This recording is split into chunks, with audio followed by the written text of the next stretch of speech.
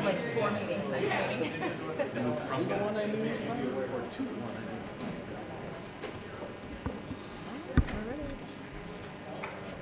Good evening. I call this Iowa City Community School Board meeting on Tuesday, October 8th, 2019 to order. My name is Janet Godwin, and I want to thank those in the audience, those watching on YouTube, and those following on Twitter for joining us tonight. I'll start by introducing those at the table with me. To my right, Superintendent Steve Murley, Directors Ruthina Malone, Phil Hemingway, Lori Rotland. To my left, Paul Ressler, Shine Eyestone, JP Clausen, and Recording Secretary Kim Colvin. The public is reminded that if they wish to speak, they need to complete a speaker form found at the table in the lobby and turn it in. During community comment, persons may speak to the board about topics relevant to the district. All community comment directed at non-agenda items and agenda items shall take place at the beginning of the meeting during the community comment section of the agenda. And with that, we'll move into first our student representative update. Up first, we've got City High with Mira Kumar and Delton Alexander.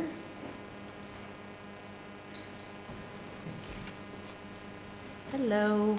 Hi, I'm back again. I'm Mira. I'm our City High Student Body President, and I just wanted to update you on some great things that have been going on at City lately. So first of all, we had a great homecoming week. The Student Senate organized homecoming parade, and every year it's just such a lovely event. We have tons and tons of students from both City High and a lot of local elementary schools and organizations who come and have their floats, and they all march right down First Avenue, and they close off tons of blocks of roads, and people come and are on the sidelines, and it's just a wonderful event. For the whole City High and really East Side community, it's just absolutely great. Our homecoming dance was really well attended. We had about 1,000 kids there. Wow. Mr. Bacon would like you to know that he is recovering nicely, and he thanks you for your concern. We even won our homecoming football game, which is impressive. So, yeah. Moving on from homecoming, we had 7 students named National Merit Semifinalists, which was so exciting for them. Our first music concert of the year happened this month, which was one of our women's vocal music concerts. That was great. So our Little Hawk newspaper was recently named a 2019 Pacemaker finalist, the Pacemaker is the highest award in the nation for student journalism, high school journalism, and we were just nominated. We'll find out whether we win at a conference in November, but our first issue came out today, and I was wondering if any of you would like a coffee. Okay. We can just pass them I'll down. pass them around. You bet. Yes, there we go. Thank you. Yeah. Thank you. I hope you like it. I Thank you designed so the front page, so I have a little bit of vested interest in that. No, but yeah, so that was a really wonderful thing. You know, it's always great on paper day. All those newspaper kids run around, pass out papers, and everyone's reading them. And you know, there's a real sense of community in the air because everyone's kind of getting the same news and excited about the same things and reading about the great students we have and their wonderful stories. We have some really interesting stories in there about City High students and big issues and what's going on in our school.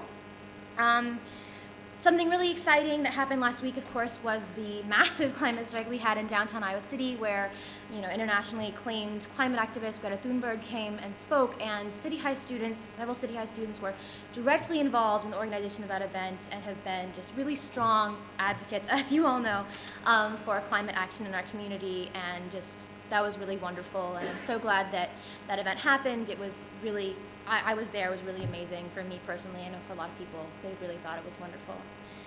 And I think that's all I have for this month. I hope you enjoy your papers, and I hope you have a lovely evening.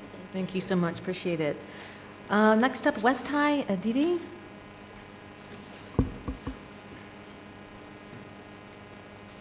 Hello again. My name is Aditi. I'm a junior at West this year. So going along with what Mira said, with Iowa City declaring the climate crisis along with Greta Thunberg arriving last week in Iowa City, West has started implementing some of their own policies to be more sustainable. So one of the things we've started is daily recycling. So we'll take paper, plastic, and all aluminum, and it's all picked up every day, sorted, and then prepared for pickup by the city. And then another thing we're planning on implementing is composting this year. This is as a result of Student Senate initiative. This was like concerns for many of the students, and so we are still working on the framework of it, but it is sure to be implemented later this year. West also had their homecoming last week, so we had a big assembly with a parade, football game, powder puff and man ball, as well as finally the dance this past Saturday with great support and turnout for that too. 22 West High students were also earned the National Merit status and reached the semifinal stages in the 65th National Merit Scholarship Program this year. West is once again leading in the state with that number. In addition to this, 6 other West Side students were also named National Merit Commended Scholars for their high academic performance and exceptional work as students. From a couple of weeks ago, 43 students from West High were also recognized in the Youth Salute program. From this, 2 of them were honored as runner-ups for the Outstanding Youth Leaders.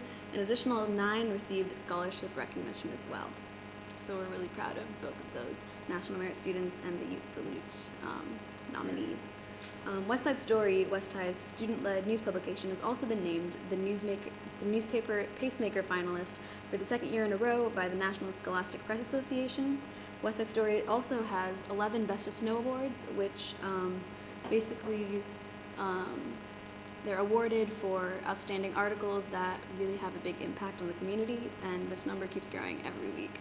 The West Side Story staff from broadcast, web, print, and news and yearbook are all going to attend the state conference later this month, and we're nominated for the Iowa News Team of the Year award. Some events we have coming up later this week and next week are the annual blood drive, as well as some new clubs that are forming, such as the new Singer-Songwriter Club, and senior nights for many of our sports, such as volleyball tonight and then football later this week. That's also all I have for you today, so thank you for your time, and I'll see you again in a couple of weeks. Thank you so much. Appreciate the update. Next up, Liberty High, Ryan.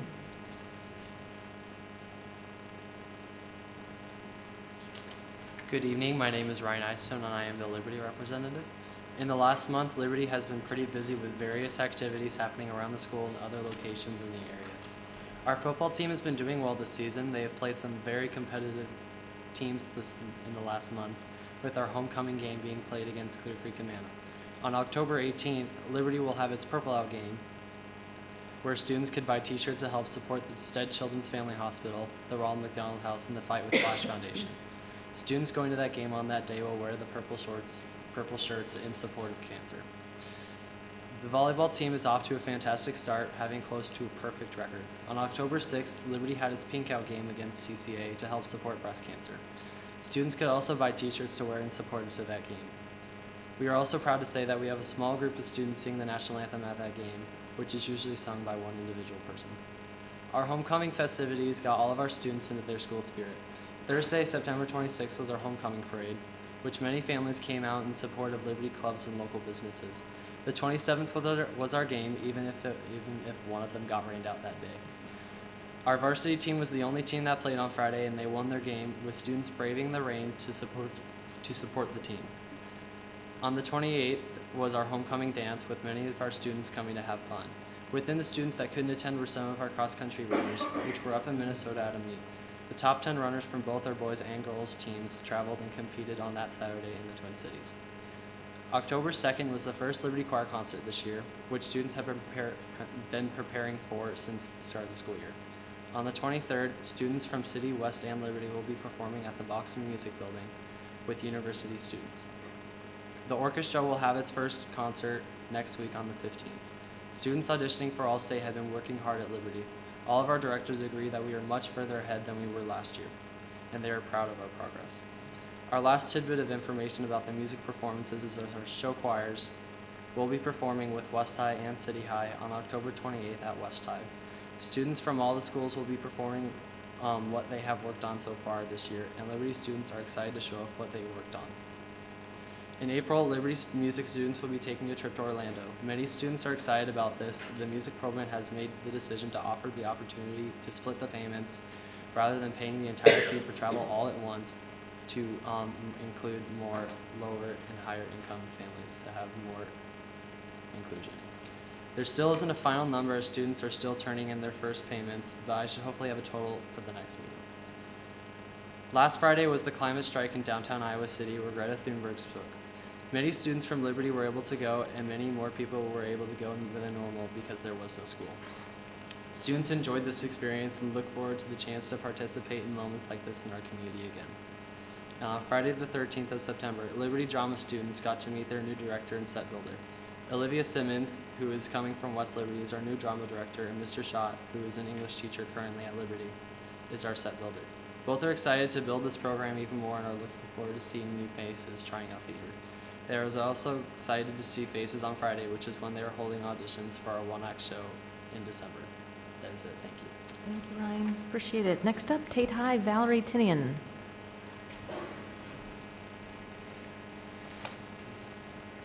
My name is Valerie. I'm a senior at Tate High School.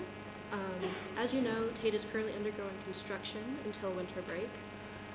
Over the summer, we moved from our location near the Sycamore neighborhood to a temporary location in the old Hoover Elementary. Moving to the old Hoover building has given us more space to spread out. This is great since we have added several staff members and a few new-to-district teachers.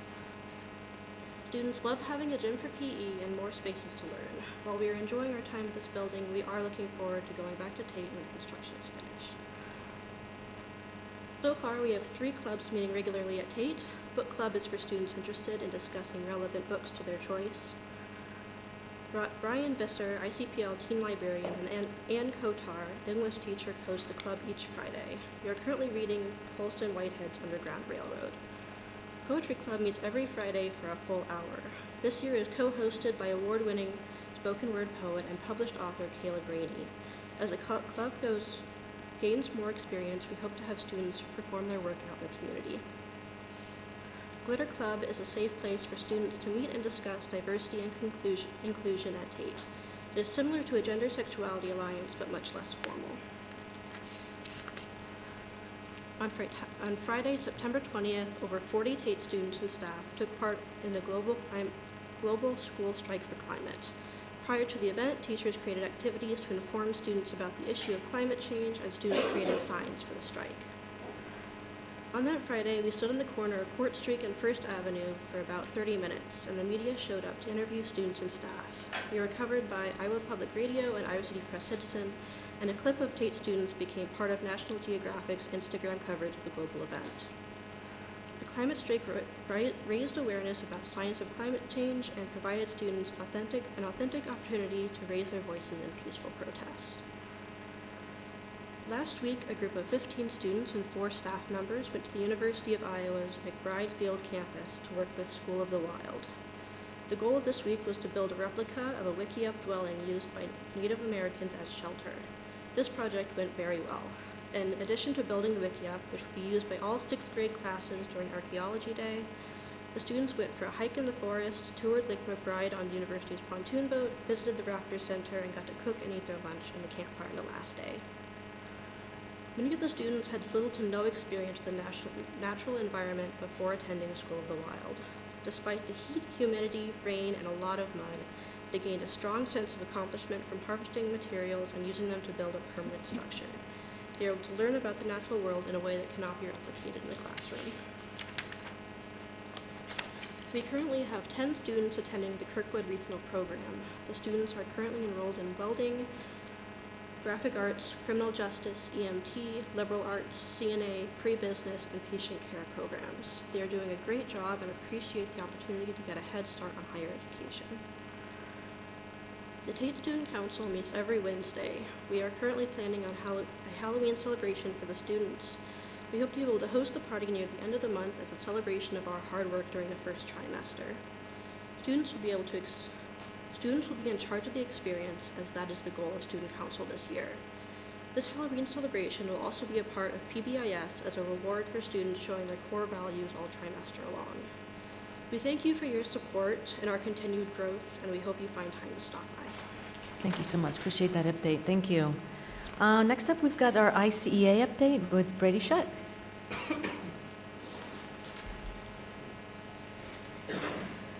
Hi, President Godwin, Vice President Russler, Directors, Superintendent Merley. One of the initiatives and focus areas for the Iowa State Education Association, sort of our state-level group, is self-care and work-life balance. And there's a lot of talk about recruiting and retaining, the very best teachers. And that's been something I think they've realized that they need to make sure that we're all really thinking about and are mindful of. So I'd like to thank Steve I sent out, I think, a great email to all of staff last week that talked about work-life balance, and the response I've gotten has been overwhelmingly positive, and it was a really great personal touch, and clearly sent a message the district cares about us as employees. So thank you, Steve. And I'd also like to thanks to the candidates who have chosen to run for the school board. So we have 7 candidates. This is, of course, as a social studies teacher, I love elections, and civic service is certainly a virtue, and for me it's personal too. My dad, I've shared this a lot of times, was an 18-year board member, which I'm not sure exactly what that means about him or our family, but thanks to the candidates, we have a forum, as we always do this year. The forum will be on Monday, October 21st at the Coralville Public Library in the Schwab Auditorium from 6:30 to 8. So ICEA and the Iowa City Press Citizen have long partnered with those forums, and this year will be no different. So just for all of you, you're of course invited, as is the public. It's Monday, October 21st, 6:30 to 8, at the Schwab Auditorium in the Coralville Public Library. Thank you. Thanks, Brady. Appreciate it. Now we'll move into community comment. First up, we have Julie Van Dyke, followed by Charlie Eastham.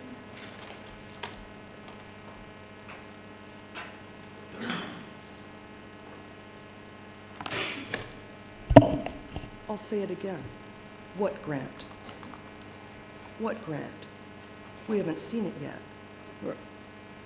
Kate Callahan replied to a request for it, saying that it couldn't be produced because it was submitted online. I personally worked extensively on NIH, NIAAA, MOD, and other large grant institutions on grants for those, and I can tell you this, we always kept paper copies and we kept electronic copies. Ever heard of print screen? I'm sorry, I believe this is a lie. And I'm hearing today that it's been funded. So it's been funded, a commitment to over $60,000 of general funds that you have not approved, that were submitted without your vote, if I understand correctly, and nobody seemed to know about it in advance. I heard about it on July 23rd, and let me tell you, I suggest people listen to that work session because there's a lot more in that database, according to what Kate Callahan described, than what's on those 4 pages.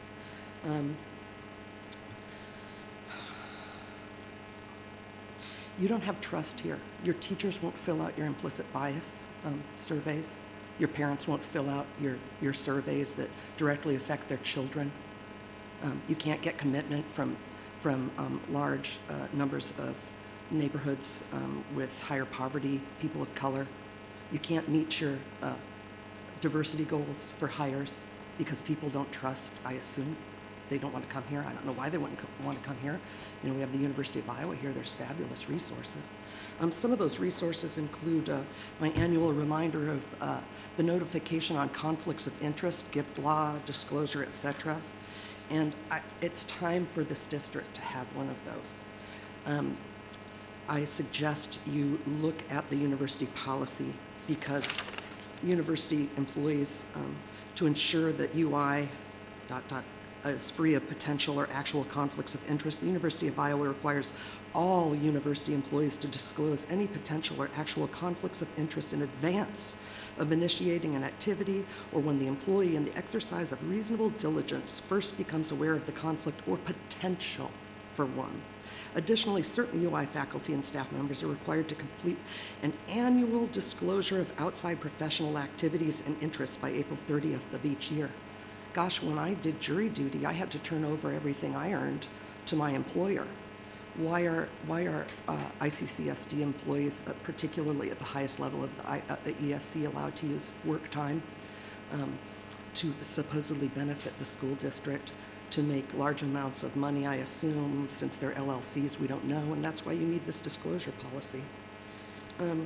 I'd like to know about the student who was hit in the intersection at Burlington and North Dodge, because when I saw that it was a white van and saw what time it was, and it was turning to head north on North Dodge, I knew what it was. I can't know for a fact, but I knew what it was, and apparently the police did too, because it went unreported for several days while they put out a large reward for information and then magically called the school district here to ask if it was their van. Can you imagine what would happen if you hit a student pulled off, watched someone else move that student out of the street, help him out of the street while you stood by the vehicle, and then you drove away with a homeless student in the van? Was that a bus? Because it sounds like a bus. And I'm hearing that there's going to be no charges against the driver, which arguably are in violation of IAC 321.380, which requires it's the duty of all peace officers in the state patrol to enforce the provisions of IAC sections 321.372 to 321.379. Was that a bus? Was that vehicle bonded? Was that driver bonded? And Thank you, and Julie. did the ESC employee who's married to the police officer who Thank you, spoke about Julie. it in the paper? Charlie know people- Eastham, followed by Carrie Price.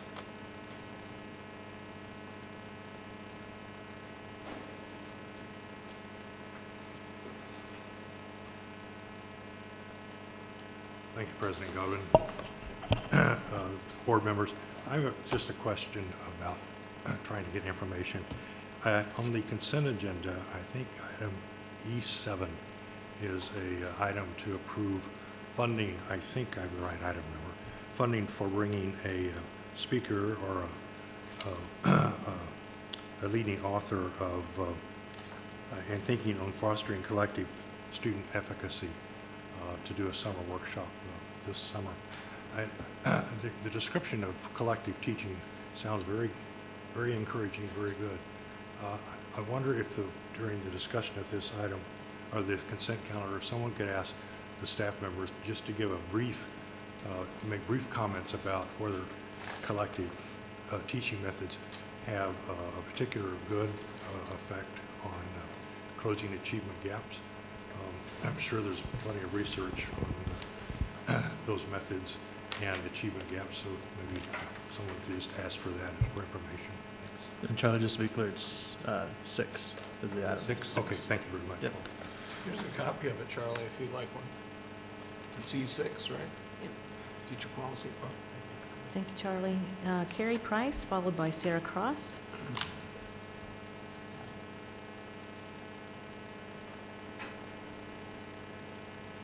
Keep this pretty short, but the Secret Service and the U.S. Department of Education recommend schools establish threat assessment teams. Student threats to commit a violent act are very common. School authorities must take all threats seriously because potential consequences are so severe. Threat assessment is the exact opposite of zero tolerance. Law enforcement plays a key role in that. We directly contacted Dr. Cornell, and he said, quote, "Ours is the only model that can legitimately claim to be an evidence-based model. It has been tested in 6 controlled studies. Dr. Cornell advises law enforcement to be on the team. He advises against excluding them because in the most serious cases they're needed, and in the less serious cases, a regular officer might overreact and arrest a child, whereas if they were on a threat assessment team, they would understand why it was not a serious threat."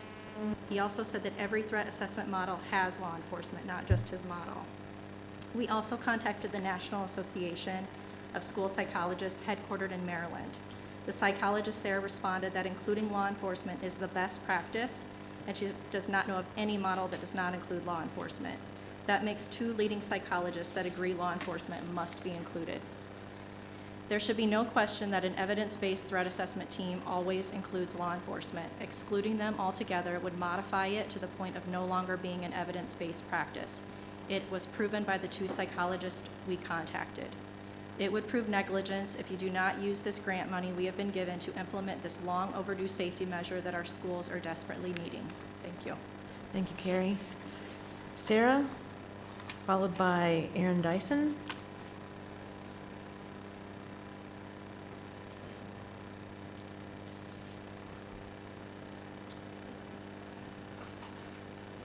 I'm excited to hear we have been chosen to receive a grant that would allow our district to put an evidence-based threat assessment team in place. To let this grant go away would be negligent. It would not only sacrifice the safety of all of our students, it would put the district at risk of being sued. Parkland is being sued for not having had an evidence-based threat assessment team in place during this shooting, and now every school in Florida must have the Virginia model in place. Officer Cook talked about a school district in California that was sued for $54 million, but because they had threat assessment in place, they only had to pay $2 million.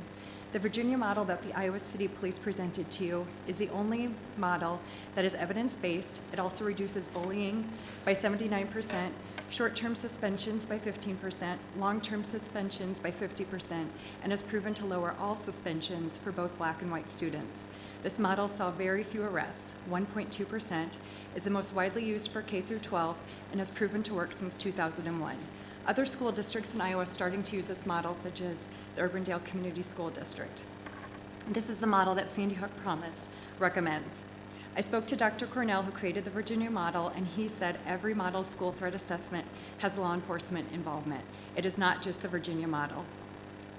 He also says, and Carrie already said this, that a threat assessment officer who's on the team, who knows the students, the staff, and the situation, would understand why a student is not posing a serious threat.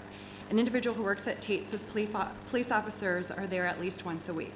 Wouldn't you rather have one police officer who is not in uniform, who knows the students and staff, and who has made prior arrangements with administrators on how to handle issues, dealing consistently with our students? I've asked the Iowa City Police Chief, the Director of the University of Iowa Threat Assessment Team, and the Captain of the University of Iowa Police Force why law enforcement needs to be on the district's team. The reasons are law enforcers have specific training and resources on how to evaluate and deal with a threat. Administrators are not trained to identify and deal with threats, which is why they call police when there's a safety issue at their school. Law enforcement has access to information the school district does not. Having an officer work on this team will provide more efficient and reliable communication and accountability. It also ensures an officer reviews all threats and provides administrators direct contact 24/7 to discuss issues. And with this model, there would only be one threat assessment officer on the district team. The school-based teams would also be made of administrators, counselors, and mental health professionals.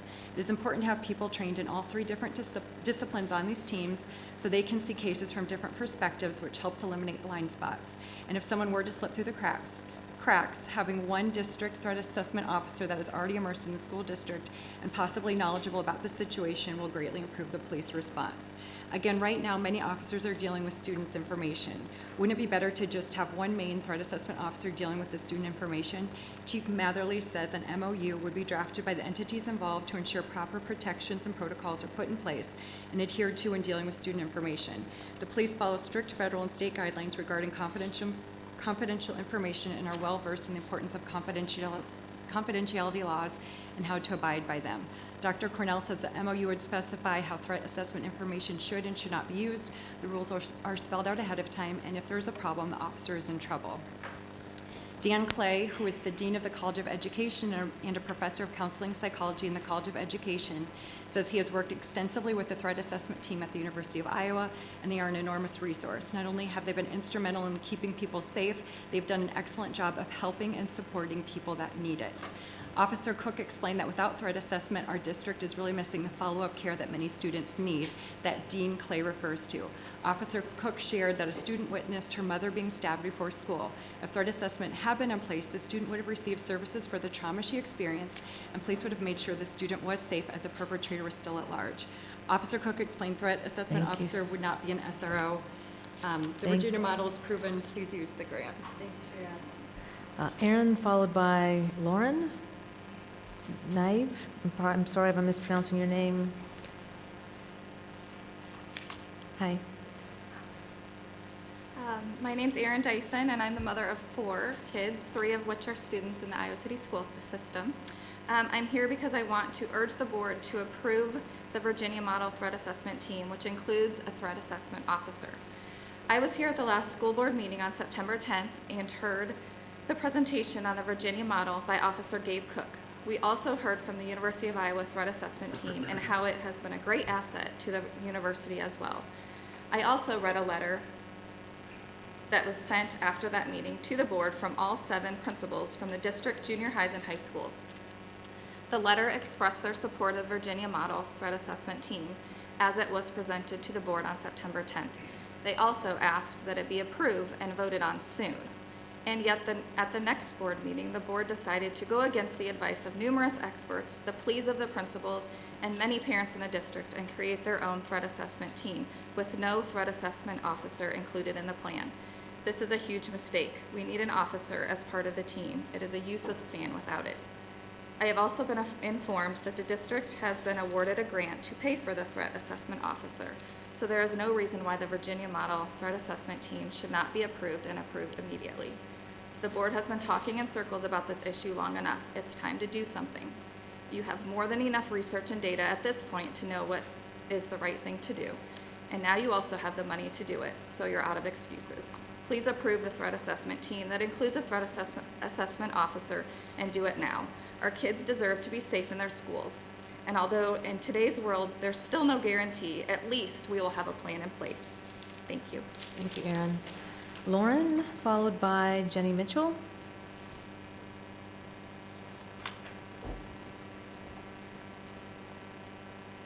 I should have your name right. I apologize. Hi, I'm Larin Naidoo, and we also have 5 children in the district at 4 different buildings. I've spoken before up here and have sent emails as well. I echo most of the same reasons that we are in favor of a threat assessment team, as well as that including an officer. That is great news now to me that we don't have the excuse of how can we pay for it. We have a grant now and can move in the right direction towards safety for all students. I would also like to point out that as we speak of these lawsuits, 53 million versus 2 million doesn't really matter because it's real students and teachers and faculty and in the buildings, and if we're arguing over a lawsuit, then something bad has occurred. And I just think that we can try to handle that on the upper end and take care of that before it happens. That would be a really sad thing if, knowing all this information, we don't have the things in place that we could have. The more and more research, this just seems like an obvious no-brainer. Take the Tate incidents, for example. It's very disappointing the lack of partnership with the district leadership, the board, and the police. This was obvious with this incident, which made national news. We need teamwork and a clear partnership and a dedicated officer to us. We have 28 buildings and 14,000 students. The police cannot really just be responsible at random when they're the first ones called if we don't have somebody kind of set in place for those buildings, which I still feel like one officer for all those buildings and all those students still seems like we're pulling them pretty thin. I don't feel any confident any longer that we're making the best decision for our children. I feel like disrespecting the police starts to ruin the community. I feel like it could be a positive thing with some of these students and not a target to them, that if they start to develop that relationship with police, then once they get out in the community, it's more of a trusted thing and they don't think that that's a bad thing. I really just only see positive things coming out of this. I will continue to encourage you to see this from a different viewpoint. We all seem to think this, or not me, certain groups seem to think that they will be the target and that they will be treated unfairly. And I've studied the towns and the situations and have seen nothing but positives. For those students, developing those relationships, they're in the buildings, it teaches them that they have someone on their side, someone protecting them, and then when they get out in the world, it's not such a hostile environment. And again, it just helps the community. It just seems like a no-brainer, and I would encourage you guys to take the best choice with this money. I feel like our children deserve the best and a safe environment, and there's just too much on the line without it. Thank you. Thank you, Lauren. Jenny Mitchell, followed by Callie Larson.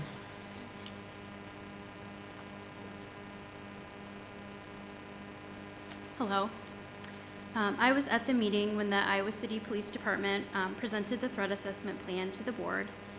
During the discussion after the presentation, a few of the board members questioned how the threat assessment team could have helped the situation last summer at Mercer Park, the shooting at Mercer Park.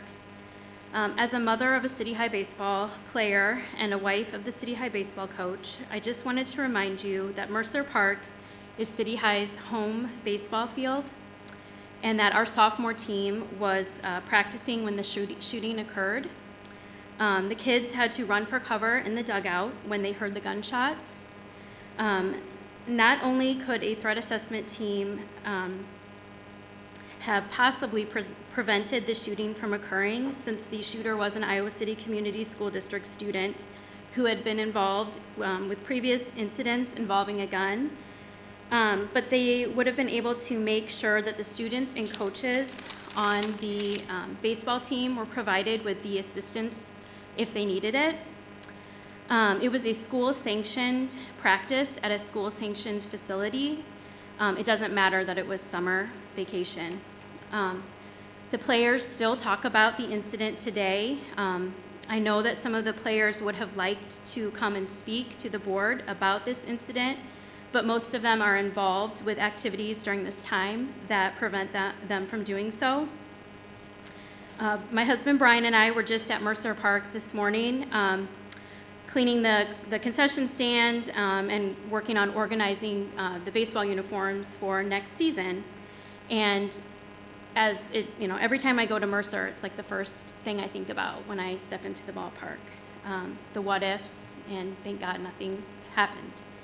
I hope you will approve the threat assessment plan that does include a threat assessment officer. Thank you for your time. Thank you, Jenny. Kelly?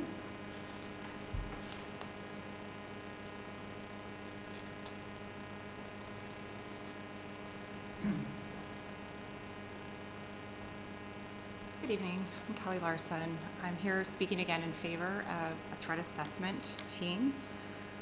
I was at the school board meeting when Officer Cook presented details and statistics on the Virginia Model Threat Assessment Guidelines. I'm sure you all recall that it was full of evidence supporting the positive outcomes of such threat assessment guidelines for all students. It was stated at the meeting, I believe, that the Iowa City Police Department had planned to implement something similar in their department, and the University of Iowa was here as well, obviously talking about the benefits that they have had from having the same model. So to me, it seems pretty reasonable that the Iowa City School District should also implement a similar model, if not that model. It is also my understanding about the letter that came from the teachers and the administrators in the district that they've expressed their wishes to have a threat assessment plan and team in place, which would include officers, or an officer at least. I'm struggling to understand why we would tell all of our hardworking teachers and administrators no. I don't understand that. I feel like they need help. They're asking for help. They need help from people who are trained in these safety measures. Let's see here. I get frustrated at the thought of how much instruction time is being lost for the students, not to mention all the safety issues involved as the teachers are being forced to carry out duties that are more suited to officers or mental health professionals and other individuals that would be involved in a threat assessment team. I struggle to understand why we presume to know better than all the teachers and administrators that are in the school buildings all day, every day. And finally, to address the concern about the information being shared, it is my understanding again that when there is an incident that takes place, like a threat or a fight or a weapon or something that's brought to school, the police are called. And there's an officer that shows up, may or may not be the same officer each time. And at that point, the pertinent information is shared with the officer. So to me, it sounds like a threat assessment team then would be able to prevent this excess in information being shared to different officers, because I feel like as they're trying to get the matter resolved, then they have to kind of maybe go to whoever was there last time or kind of pass it around. And so to me, I feel like a threat assessment team would be a coordinated and consistent response to all these incidences that happen. Yeah, so like the information getting kind of pushed around as they try to resolve the matter, and that, to me, that's not teamwork. There's no coordination in the response. And it seems as though, let's see here, sorry, I'm kind of losing my spot here, that the key to me would be the coordination and the consistency in the responses to all these instances that take place. So I would urge you to vote. It's time to act. I think we've talked a long time about this. I thank you for your time tonight, but just again, the data shows that these assessment teams benefit all students. So thank you very much. Thank you, Kelly. Appreciate it. Thanks to all of our community commenters this evening and for your engagement in our work. It's greatly appreciated. Moving on to our agenda approval. Do we have a motion to approve our agenda tonight? So moved. Second. Kim, we're ready to vote. Online voting is open.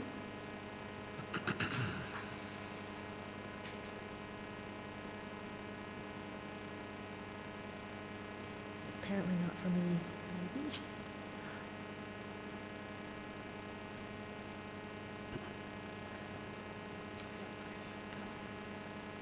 Do we need to? You got it? Oh, there it is. Yay. All votes have been cast, and the motion carries with all directors voting in favor. Thank you. Consent agenda. Bills this period. Phil and I don't know if Paul looked at them, but We had, excuse me, $7.3 million worth of expenditures. The vast majority is coming out of the GO bond. There's $6 million and change, with $730,000 in the general fund. And I know you made the comment last time on the locally grown foods, and looking at it again, you know, we're still getting quite a bit. And one thing I saw, and I think the student representatives are gone, I almost wanted to mention it when they were here, but it seems like City High consumes more tomatoes and zucchinis than any other high school. I don't know how that ties into student achievement, but I know our local vendors appreciate the consumption. But there were some items in there that I had concerned, but if there's anything else that you have to add on that. No, thank you. I reviewed the bills this period too, and I didn't have any questions. It seemed like a very straightforward set of expenditures for this pay period. Chase? Just a comment, and I appreciate Director Hemingway pointing out the local foods, not only this meeting, but last meeting. I didn't say it last meeting because I wasn't sure of the date, but October 11th, so later this week, is actually Iowa Food Day. And so Allison's been working to highlight some of those items that are grown here locally that we are featuring in our school. So I think that's kind of a cool thing that our food service is doing. So I appreciate you pointing that out. Well, and I look forward to the time when our students on some ground, either with the county pork farm or something like that, can grow produce that could be consumed in our own buildings and things. And we saw, Matt and I went to, was that North Scott? What was the school in Des Moines that had the Southeast Polk? Excuse me. Southeast Polk had an awesome program where they were harvesting lettuce every week for their cafeteria that was grown inside hydroponically with fish that they would harvest once a year. So, very good. Other items to pull from consent agenda? well, we did have a public speaker Item 6. comment on E6. If Yep. we could have maybe a comment on that. Anything else? Is there a motion? Well, I'd just like to make one more comment, because part of, it was mentioned a few times about the strike, climate strike on Friday, and part of what was asked during that climate strike is what our elected official is doing for their climate strike, and there is a item on here with an agreement with the University of Northern Iowa to perform the Center and the Center of Energy and Environment Education and Green Iowa American Course program to do the work here in the district. So that's, just wanted to highlight that's something we previously approved, but it's going forward. Okay, thank you. Is there a motion to approve consent agenda minus item 6? So moved. Second. Thank you. Kim, we're ready to vote. Online voting is open. All votes have been cast and the motion carries with Directors Rotland, Ressler, Godwin, Clausen, Malone, and Eystone voting yea, and Director Hemingway voting nay. So item 6, is this something, Matt, you want to take? Thank you. Sure, I'd love to take this one. You might have to cut me off and stop me. But if you remember a couple work sessions ago, we talked a little bit about John Hattie and meta-analysis and the things that have the largest effect size. Collective efficacy is number 1 on that list. And so it's got an effect size of 1.57, which might not mean much to you, but things like SES status might have an effect size of like 0.2. And collective efficacy is something we can control. And it's the collective belief that the staff of the school or faculty I'm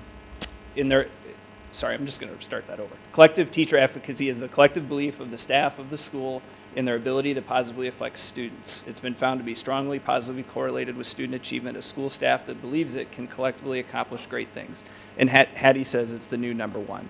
And so we know that, and I say Hattie because he's the one that's done the research, right? And so if we're going to focus on something, we really have to first focus on this collective belief that we can do something about the issue. So when we present to you disparate achievement gaps, lagging scores in certain areas, this is where our focus has to start, because it's about the mindset, first of all, that we believe we can address the issue, right? And that improving the performance of the group will improve the performance of our student outcomes. And so we've started with this with the secondary leadership team. I know Amy's done a lot of things surrounding it with her elementary team as well. And so this is really something to try to bring that group along with our teacher leadership group to instill and continue to reinforce this belief as we also adopt strategies to go along with doing that. So it's one of those things where we only have so much time and we need to spend time on things that are the highest leverage things, and this is definitely the highest leverage thing that we can start with and that we can focus on. Any other questions from directors? No, thank you for the clarification. Hopefully, Charlie, that it helped give some more context to that item. I move we approve item number 6 as presented. Second. I think JP won on that one. Camera ready to vote?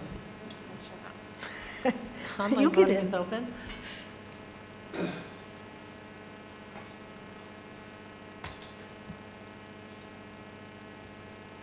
All votes have been cast and the motion carries with all directors voting in favor. Thank you. We now have a long-awaited presentation from the Playground Committee. Chase, do you want to kick it off? Good evening, and Ben is so excited, he and Jenny are already over there. But we are very excited and pleased with the work of the committee, and they're anxious to share some of the great things that they've worked on. You'll see listed as a presentation tonight, but a number of attachments as we would ask for the board's consideration of these guidelines at the meeting at the end of October, the second meeting. But we felt important to get the information to the board before that for discussion. And so that is what Ben and Jenny and some other members of the committee are here to present tonight. So with that, I'll turn it over to Ben. Sure. So we have a relatively short presentation tonight. Before I get started, we have at least one other member in the crowd who was a part of that committee. Jen was a part of that committee, and then Director Hemingway was a part of that committee.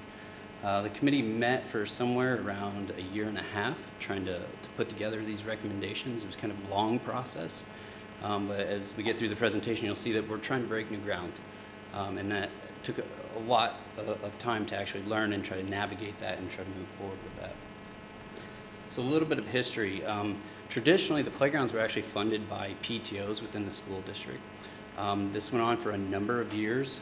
It created a lot of inequity across the district, both in volume of equipment as well as how quickly that equipment was getting upgraded to ADA standards. So back in 2013, 2014, when grounds was brought back in-house, we actually identified the need to actually upgrade our equipment. And from that, administration dedicated Pebble funds to actually upgrade that equipment and really get the equipment up to ADA standards. And there wasn't a clear definition of how far beyond those ADA standards we were supposed to strive for. We were really just trying to get the primary components, the primary structures up to those actual standards. By about 2017, the community started talking more about universal design, or all-inclusive playgrounds is another term that's used. And the district, realizing that there's the potential there, created a playground committee to try to identify what we should be doing. So a committee was actually formed. It was made up of parents, faculty, administrators, facilities management, board representative, as well as just community members. And the purpose was really to identify or give recommendations for the design process to make it more inclusive, and what we can do to the playgrounds to make the playgrounds more inclusive to students of all abilities.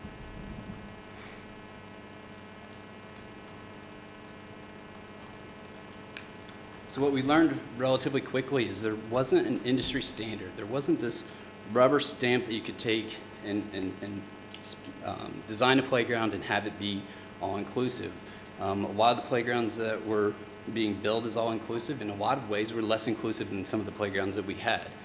So that meant that we had to get additional advice on how to define what inclusive playgrounds actually were. The one thing that was for sure within the committee is that they wanted the equipment to be usable by all students, or rather all students have equipment that they could use. But that actually went beyond the actual equipment and it went into the entire playground. We wanted to try to make it as inclusive as possible to as many different students of as many different abilities as possible. And so that actually touches on mobility issues, visually impaired, auditory issues, as well as cognitive abilities. So the committee actually solicited consultants. We got 2 consultants. One was focused more on the equipment and more on the play. The other consultant was more on the actual surfaces. What the consultants actually came back with was recommendations under general guidelines, which is one of the documents you'll see in the board docs. That general guidelines is really kind of an all-encompassing thing. So you'll see stuff in there that will be about soccer goals, and maybe it's picnic tables and basketball hoops, and it's just kind of the general guidelines and the general accessibility of the actual playground. The second document that was generated specifically from the playground consultants was a universally accessible design guideline. So this really gets into the components, the percentages of the components, where those components actually appear on the playground. And one of the primary things you'll want to look into is the golden ratio. Basically, it's a ratio of components that cater to solo play versus group play versus parallel play. And they gave us recommendations of how to keep those in balance. And so as we go through like a continual process of upgrading these playgrounds, if we keep those in balance and we continue to introduce some of these different assets to the playgrounds, that's how you actually really produce a universal design playground to as many students as possible. The recommendations for selection of playground surfaces, that basically address the surfaces.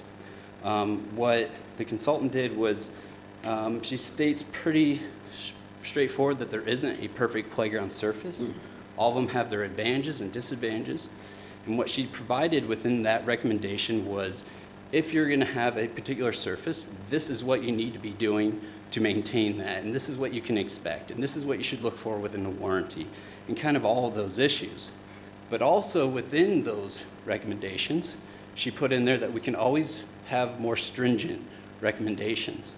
And so, for example, engineered wood fiber, it's still within those surfaces that could potentially be out there, but as a district, we can set more stringent expectations. So we're not just performing at the minimum quality of engineered wood fiber, we're performing somewhere above that. And so that's an important topic you want to look at.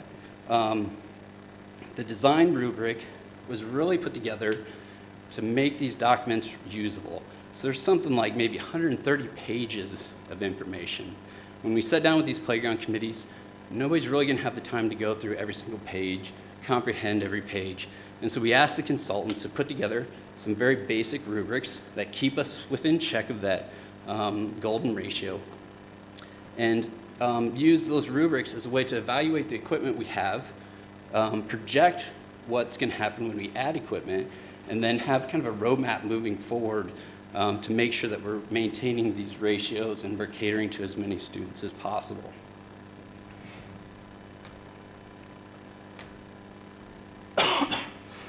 So the recommendations from the committee is really for the district to adopt the rubric, the handbook, the design guidelines, the surface recommendations, and one other document that's included in the board docs, which is additional recommendations. Those additional recommendations are where we took advice from the consultants and build on that. So for example, the consultant recommended engineered wood fiber, but stated you could have more stringent expectations of the performance.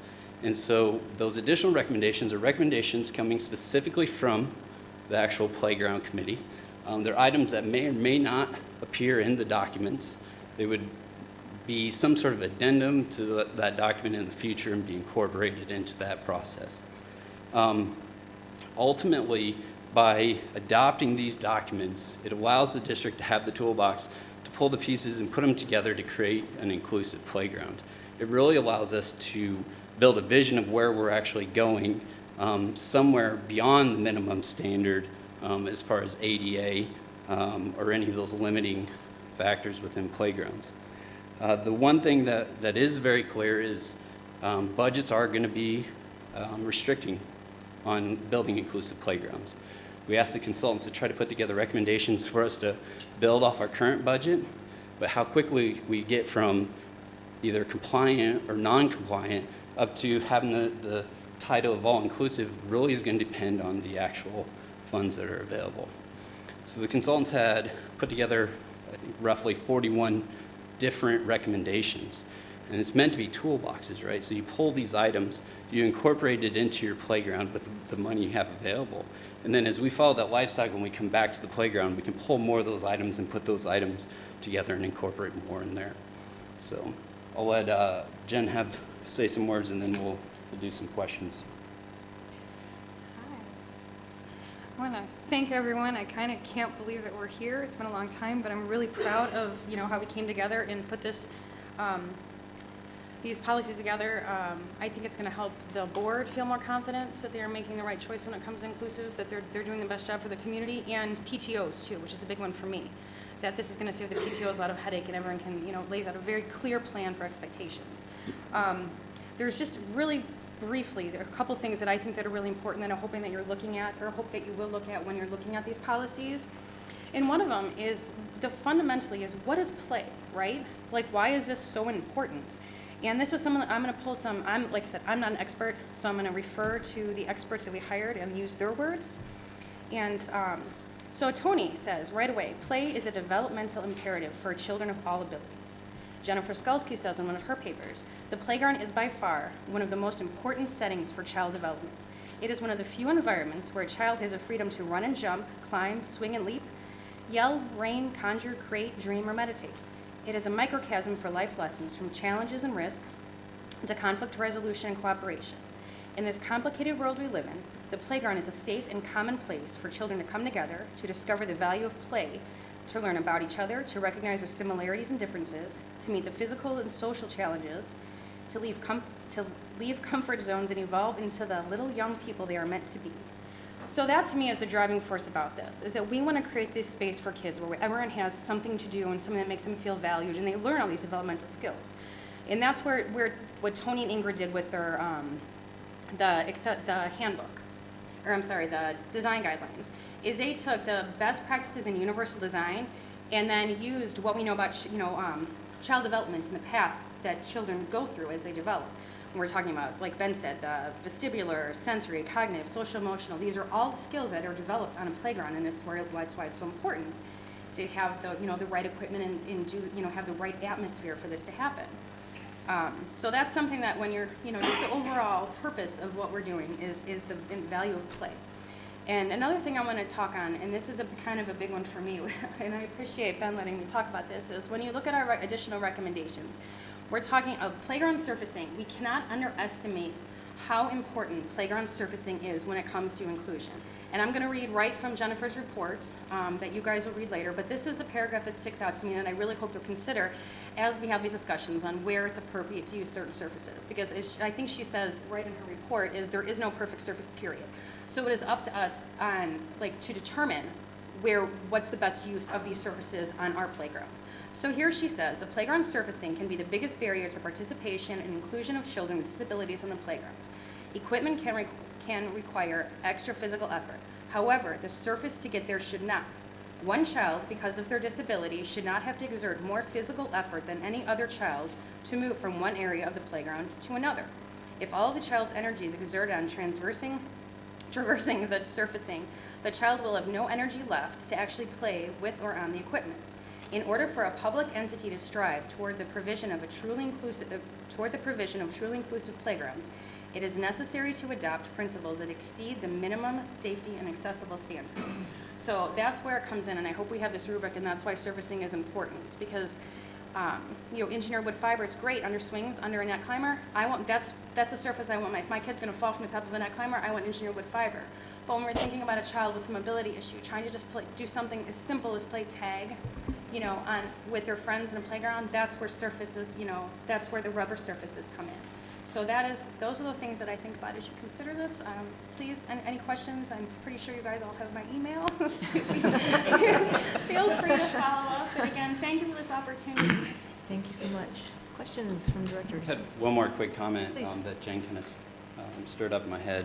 One of the recommendations coming from the committee is to develop some sort of flow chart for projecting what surfaces would be engineered wood fiber versus, say, rubber or synthetic turf, something that allows some predictability and expenses, and kind of gives us guidelines, or gives the individual committee guidelines of when we're going to try to put those different surfaces.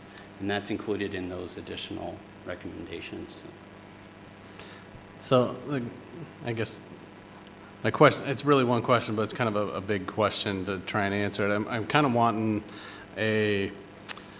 I don't know, sort of a timeline of how the different pieces come into play. So either with a new playground or we're coming back to revisit an old one that needs some updates, you know, who gets the rubric? Who, like, where does the handbook come into play? Who starts that process? And, you know, how does anybody say, all right, this company says, here's a bunch of stuff you can get, and how do you then associate that to all of the recommendations we like? Sure. Just kind of a timeline of the steps, So where all those little pieces fall into it. generally speaking, the playground life cycle is a 5-year life cycle, meaning that we try to come back to every school every 5 years, give or take, to do any sort of number of upgrades to the actual facility.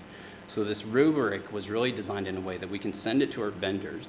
They can produce information that shows us that they can provide us with equipment that's universally designed or inclusive. And then that rubric would actually be used with the individual schools and the design committees. So we'd put together our design committee that is myself, faculty, PTO members, the local administrator, special needs experts, and that rubric is what we would actually work off of. The rest of these documents are really meant to be references for that rubric. So if you had an individual like Jen who really wants to get into the nitty-gritty and try to figure out and understand all this, they can reference back to those. Or if there's questions that come up in the committee, we can reference back to these. So the rubric is really just kind of working checklist, a working document.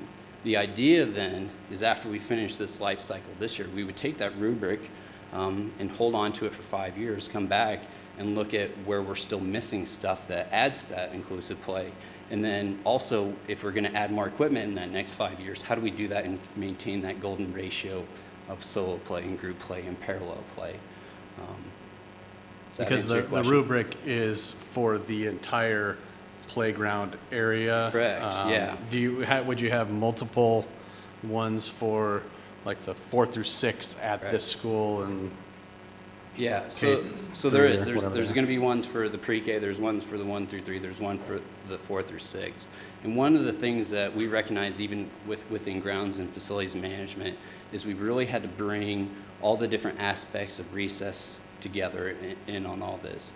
And so some of the suggestions you'll actually see coming from the universal design are applicable to inside recesses as well, like loose parts and having bins of loose parts or things that kids can tinker with. Drawing, music kind of things.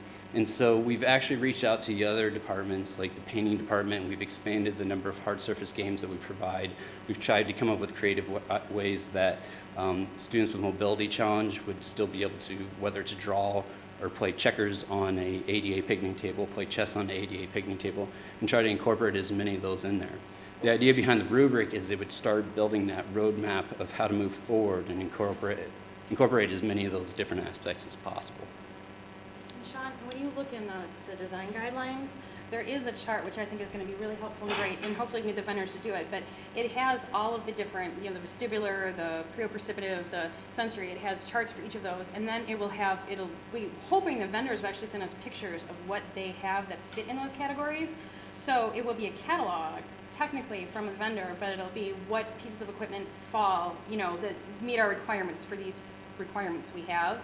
And then so that's where the PTOs can then go through that handbook, and those, it's still the idea of looking at pictures, but at least you know what these, pieces of equipment have to offer your playground, and then you would fill those into the rubric, and then they can bring it up to you guys, and then you can look at the rubric and be like, oh, okay, I see, what you're doing here, and yes, there's one for the pre-K, 1 through 3, and then 4 to 6, I believe, are the 3 different play areas, because as we've learned that, developmental needs change, and what, I'm seeing it with my daughter's in 6th grade at Shimmick now, and they're not playing on the playground. The last time I got there early for school and the 6th graders are outside, where they all were? Was hiding out in the preschool playground, under the sunroof. It's like one of the only shaded areas, so they're all just sitting up there like chit-chatting. So, so it's just funny too, and the flexibility of use is universal design too, so that's why it's appropriate for preschoolers. It also is a really great space for these 6th graders who aren't really interested in the physical play. They're just, they want to engage socially. So the other thing is with universal design or all-inclusive playgrounds, the vendors are on top of this, and they actually know what's going on, and I would say they actually request all this documentation before it even became public, because they realize that that's where it's going to. And so they're starting to prepare for this kind of industry nationwide change towards this more inclusive play. Because we would be the first. We would be the first. It's just about, I It, think. it sounds like we'd be one of the first districts to kind of implement something of this. I don't know how you could prove that, but that's our understanding, is we'd be among the first.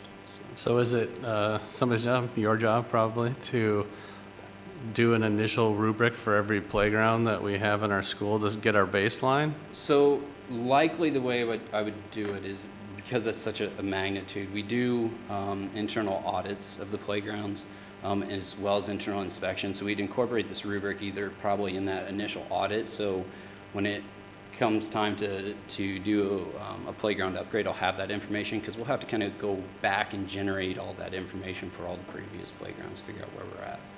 So yeah, it'd probably fall under my umbrella somewhere. Yeah, I understand that that'd be a huge undertaking to do them all. I'm just wondering if it's worth doing that work, so as you look at the cycle to come back to playgrounds, if you see one that is really, really out of whack for, inclusivity, that plays a part, as well as, it's falling apart and needs maintenance, right? Like that's a pretty key thing that we need to make sure we're staying on top of.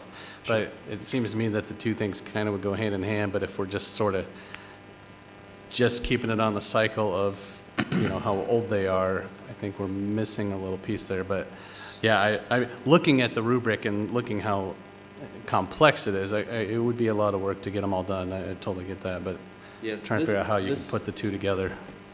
Sorry. This is something that would take years to get accomplished. How many years, it really depends on how much money is available. But like you mentioned, when we actually go out and evaluate equipment, we're actually looking for ADA compliance as well as stuff that's falling apart. Because we have to have a plan, even though we might be grandfathered in certain playgrounds, we have to have a plan that we're upgrading. And so we've actually evaluated that, and we already have a lot of those detailed records. Most of us have floated to the surface, and the last handful of those that may not have, say, transfer stations on them are within the next few years scheduled to be cycled out. And a lot of those barriers that existed prior to grounds inception, a lot of those will be cycled out literally within the next year or two. So I think we're down to our last couple schools that will get rid of a lot of those barriers. But that is getting to the minimum standard. What the committee's recommending is that we try to strive for something beyond that minimum standard in a number of different ways. And that's where we need your support with budgets and, the more money you give them to do this, the faster they get it done. So Ben is kind of stuck within his budget, is how quickly you do this. So that's where we love to see more board support is, budget is a list of priorities. I think Matt Degner actually said that one time, and it stuck with me. So we hope that you make this, one of your priorities. And the new board members too, people coming on. We also hope that the members of the playground committee, if we have to go out and ask the community for more money via taxes, will lead that charge alongside of us. That's a discussion for a later time. Yeah. We're not opposed to Yeah, it. and I'll say to that, the budget recommendation was agreed on by everyone on the committee. We didn't feel that was our charge. Our charge was to work on universal design and making inclusive policy, which I was on the IPM committee as well. And with the IPM committee, at least there were other IPM policies that we could pick apart and look at and study. With this one, we were blazing a trail on our own, and I should recognize that Ann Langenfeld, Bob Porter, who was a former safety coordinator for this district and has written a book on playgrounds, and many other community members, Chase, Botchway, Dwayne, Jeff. Ben is the last man standing as far as chairing the committee, and we put a lot of time and effort into it, and it was a struggle and a challenge, and that's why we sought expert advice, because we were in open territory and working on it, and we wanted to make sure that sight impaired, mobility challenges, and the students on the autism spectrum, that all feel included. We didn't want anyone to not feel that the playground is useful and welcoming for everyone. And it was a lot of time. There were some heated discussions, and there was passion on all sides. But I'm very proud of what we came up with, and with all the people that put all the time and effort into it. I think we've got something that we can be very proud of and can be an example for others. So one comment to Director Rissler's comment on fundraising. What these documents will do will enable us to build a vision of where it is we're going. And so when you have to either ask for fundraising money or pearl tax or whatever it might be, we can now say with some sort of confidence that this is an educated approach to what it is that we're trying to achieve, and it's a very measurable thing beyond the statement of, the original statement of just try to make it inclusive or meet the standards. So. Yeah, I'll just comment. Thank you all, the committee, for the work. This is a lot of work, and especially if you're going in fresh. It's going to take a while to go through all this, but just what I've been able to go through in the presentation, there's a lot of really, really good stuff. And I feel, this helps me to, frankly, when we're talking about the Pearl tax, give a real, like you said, a real clear vision and something that we can put some numbers to and have some metrics and some ways to measure it to be able to go out to the public if that's what the board decides to do at some point, to ask for that source of revenue. Because the truth is, budgets are priorities, and so at the end of the day, if we have another source of revenue that is designed for this kind of stuff, then, and from my view, it makes sense to go after that, so we don't have to rob Peter to pay Paul, and we can find that. So I thank you, just thank you for this work and this really great, lots of information to go through, but I can tell that that you put a lot in, so I appreciate it. I'll echo the thanks to the committee and say this was worth the wait.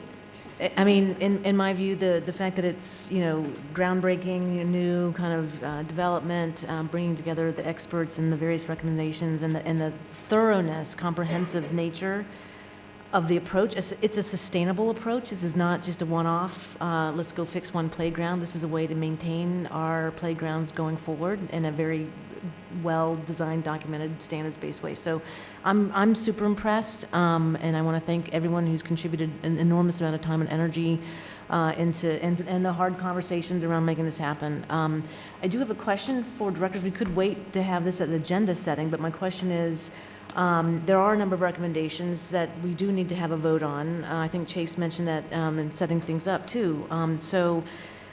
Just want to get a feel for the director's point of view. Do we want to proceed with a vote, an action item in our next board meeting, the second meeting in October? Does the board want to have a discussion or a work session discussion on the 28th with a vote in our first meeting in November? Just trying to get a flavor and sense of where the board's direction is. Well, what I would put in is if we could approve it at the next meeting. I know Ben and Dwayne have some playgrounds coming up that the quicker we can kind of get this to them and get them working with this rubric with our vendors for some of these upcoming playgrounds, it'll give them more lead time that way. I know that this has been a bone of contention with them, the time it took us to get to this point, but at least that would be my recommendation is that barring any huge concerns on what the product we've produced, that the sooner we kind of get it to the grounds department to run with, the better it'll be for the new playgrounds we have to put in and renovations on existing. Yeah, I'd say, obviously you have to go through all this. I mean, I'd be comfortable placing it on the agenda, and then if things came up or if we're going through it and I have more questions, I mean, we can even bring it up that night and delay the vote. But I think, I mean, I'd feel comfortable putting it on the agenda and being able to have the discussion without necessarily a work session separately. Others? I concur with that. I haven't had a chance to study all of the materials of what I have reviewed.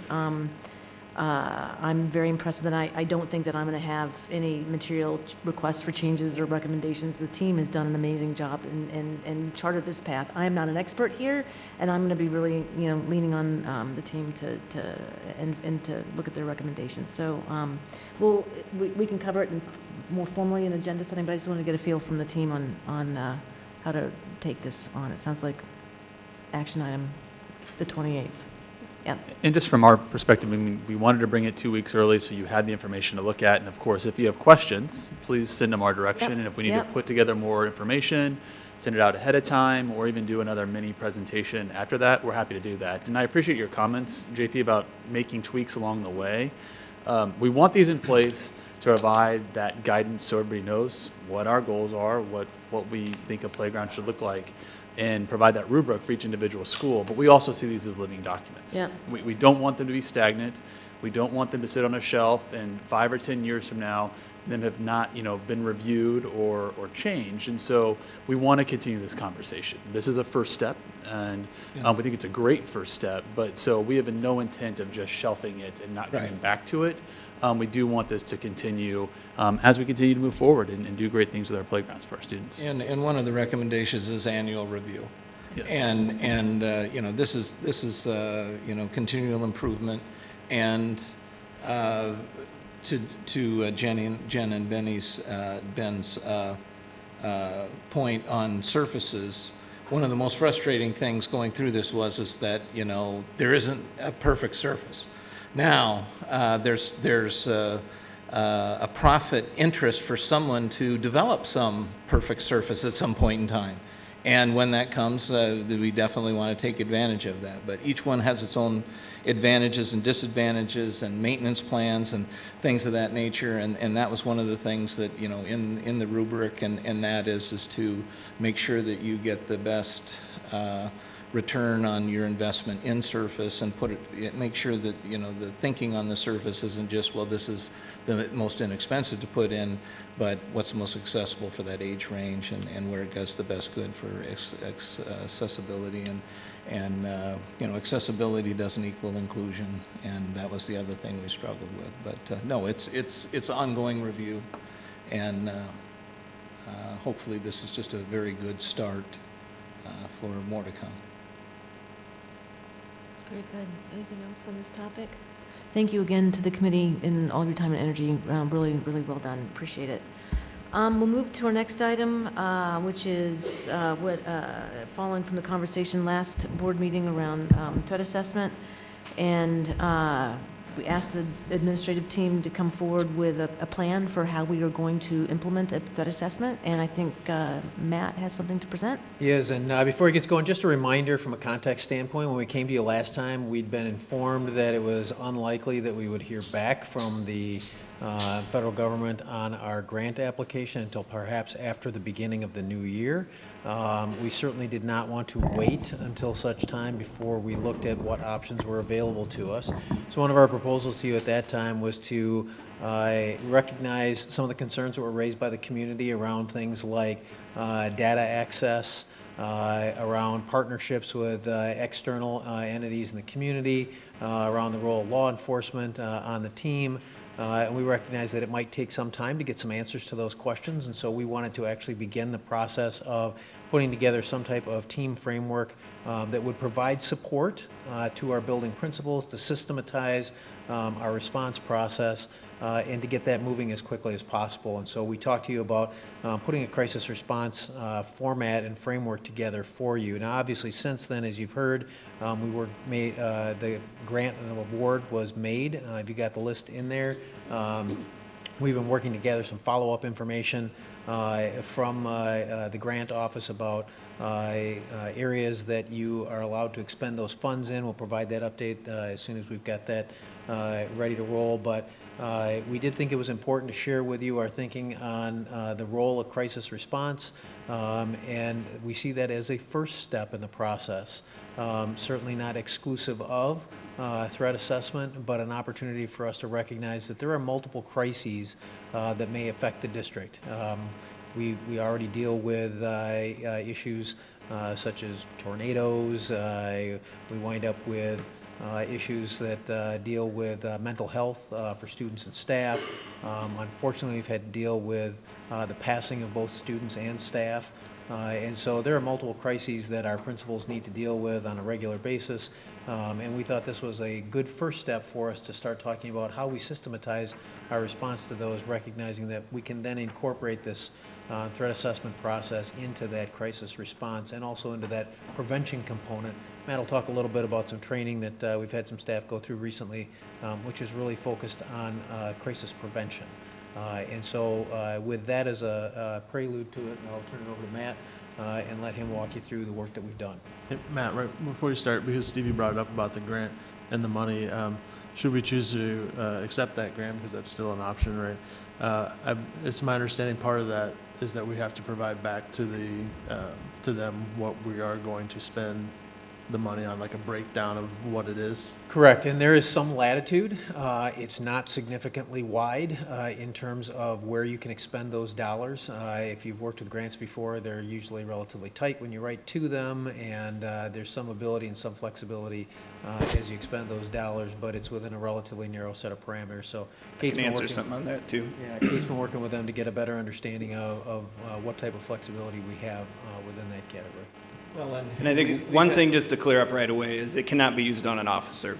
So the position that is written into the grant that would be part of the grant is a civilian coordinator position. And so I think just to answer any community questions around that, the funds for that grant would not go to pay for an officer uniformed or otherwise. It would just be for a coordinator position. And so, Phil, I'll take your question and maybe let me just walk you through this. Sure, yeah, and it's pertaining to the grant. Now, we've had discussions about grants over the years where we get a grant, we get somebody in, we get going, the grant goes away, and then all of a sudden we've got somebody and we either got to try and find money somewhere else to keep it going or we terminate the position. Now, is this grant the type of a thing that it would be ongoing, or what, is this another one of those deals where you start something and otherwise either we're looking for more grants or we're taking something out of the general fund to keep this going? Yeah, I think yes and no. I'm not sure of the recurring nature of the grant. The likelihood of those grants continuing and recurring is never great. And so anytime we take on something like that, we need to budget for 3 or 4 years out. When that money dries up, are we in a position that we can pay for that position? That's the problem with grants, right? They're great ideas to get things started, but eventually those funds dry up and then you absorb those into the budget in that regard. So that would be something for us to consider as we go along the way, is what's our long-term cost going to be for some of those things we'd implement. So the first thing I just would want to acknowledge with this conversation is I know there's a lot of fear around it, right? It's a scary deal that we're talking about. I think, we could talk about it from the administrator end, seeing the calls that come in, knowing how they're in the mode of having to respond to that situation, keep their building safe. That's their first mission every day they walk into that school, right? Is they're responsible for the safety of all those students and all of those staff members, everyone involved. There's the fear of the parents, right, involved with the child that may have made the threat or may be in the school building where a threat could have been made or a crisis is occurring. And then I think, that we also have the fear of the students that have been marginalized by our system, right? And so there's all these fears that are around this situation, and I think that's just important for us to recognize and get out in the open, that as we talk about this work, that's all of things coming into play, right? And that's all the emotions we're trying to deal with when we go through this. And so I think that's why it's important we continue to have the conversation. I think we'll walk you through this outline tonight, but I really think as we move forward, needs to be some work session time spent on anything we do before it's implemented. What's our plan to go vet it with the community and some of those things. And so I hope you hear 3 big things as we kind of go through this outline tonight. And the first one would be, what do we do in the event of a crisis? When there is a crisis, okay, how are we going to develop a process and protocols to deal with that and try to articulate that the best we can?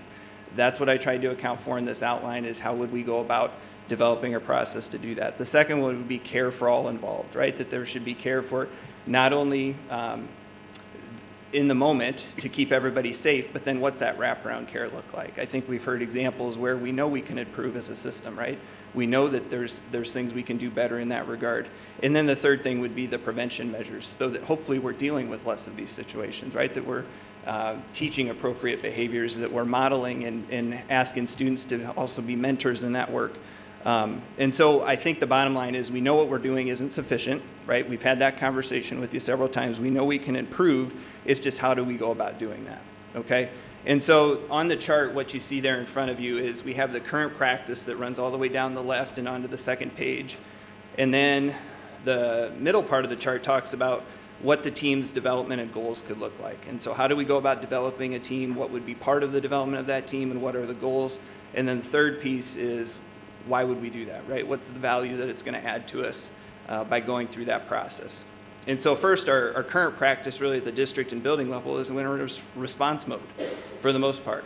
Building principal becomes aware of a situation, an administrator becomes aware of a situation, and oftentimes they're contacting the central office or they're contacting law enforcement in those situations to first make sure we keep safe and that we don't have an event of some kind of harm to happen.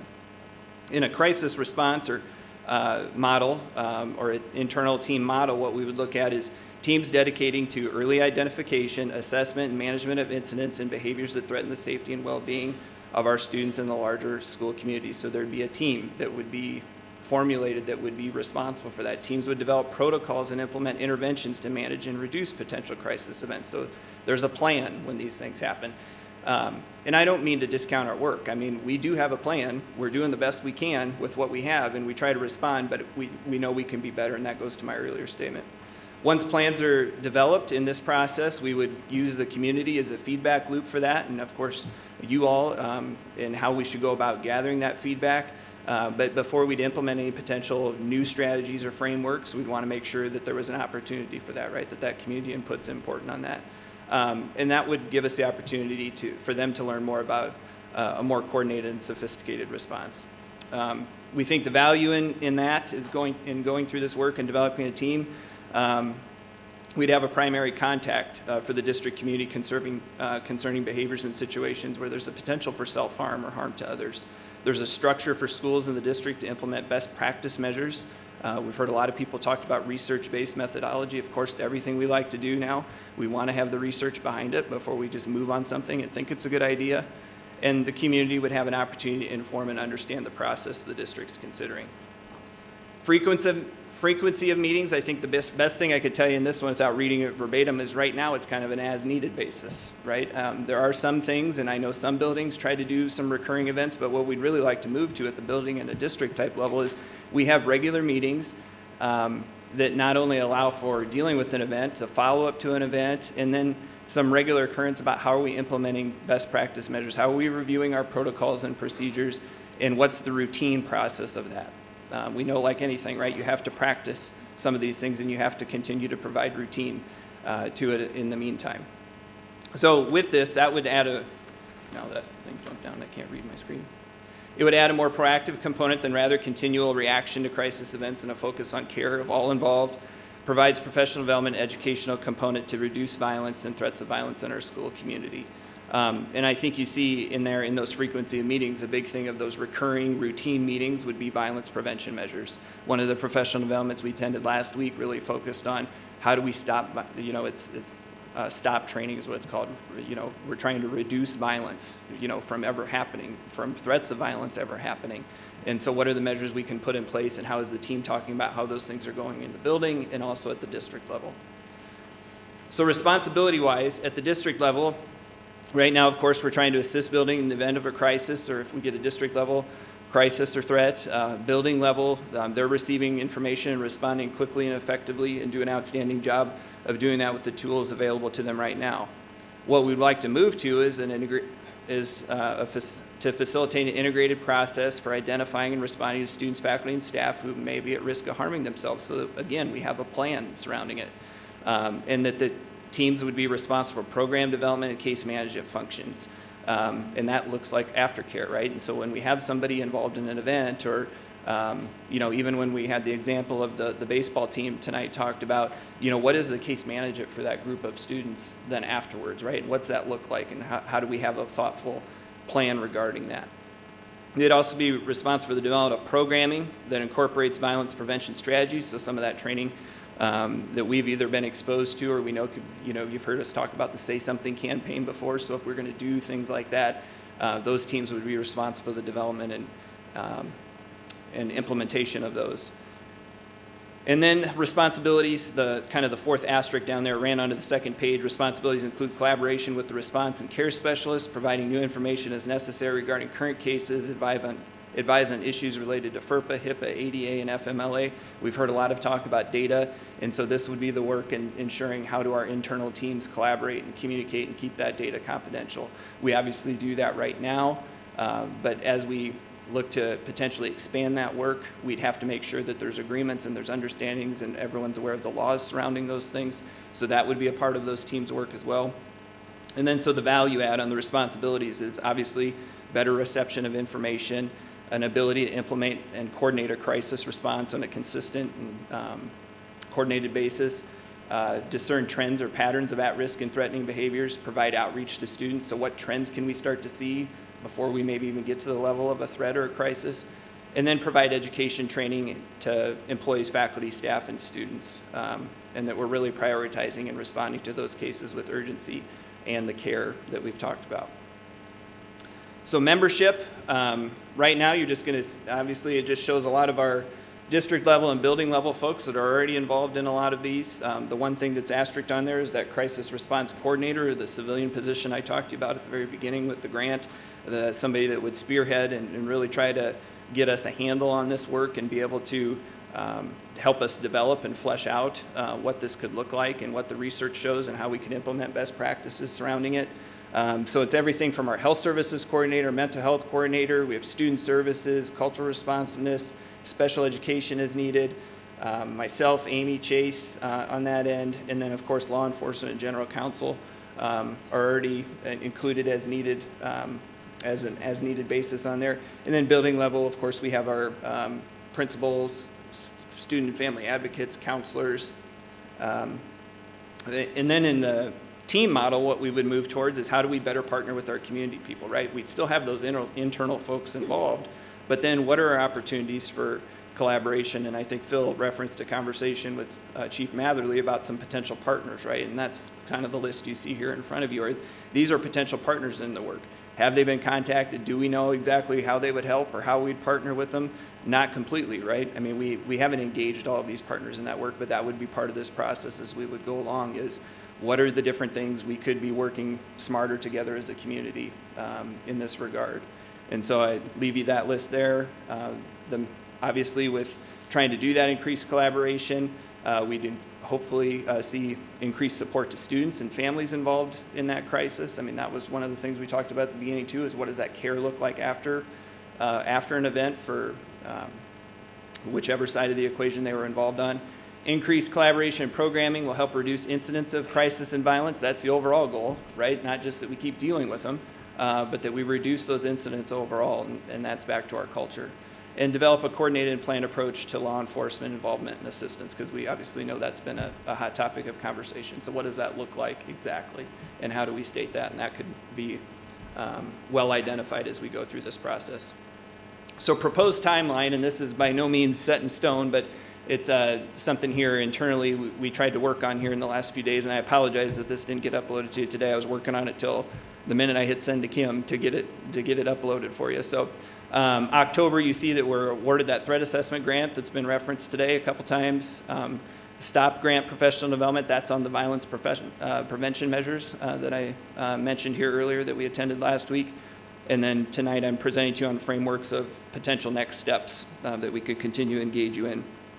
November to December, I would suggest we'd continue a work session follow-up. We'd give you an overview of surrounding, or give an overview of specific plans, what those are looking like, things that could be considered for future implementation, and solicit what specific feedback we should be seeking from the community at large. You know, what feedback do you have? What feedback do we need to go get? And then December, January, potentially seek that community input, that we would have the framework and responsibilities well outlined by that point. We would have a kind of a manual or document to go to that could describe those different pieces I hit in the overview tonight. And then specifically we could talk to them about what violence prevention strategies and student programming we'd like to incorporate for the following year, or things that maybe we've even started doing now from a violence prevention standpoint that are just good practice things. And then in the spring, we would prepare and plan for implementation in the next school year, and post and hire a coordinator position. So that's kind of the overview I came up with you, or that we worked on as a team to come up with for you. Like I said, I think the three big things that we really wanted to emphasize in there that we need to focus on are what do we do in the event of a crisis, how do we provide care for all the parties involved, and then the third one is how do we start to do more on the prevention mechanisms so that we're not just in a constant reaction mode and that we can lower the incidence of violence occurring in our schools. Questions from directors? Thank you, Matt, for that overview. Now, in the email that talked about the success of the grant, it said that there would be follow-up and more information. When does the grant actually, I mean, we got awarded it, but we didn't get a check for $160,000 yet, correct? Correct. When does that money actually become available to us?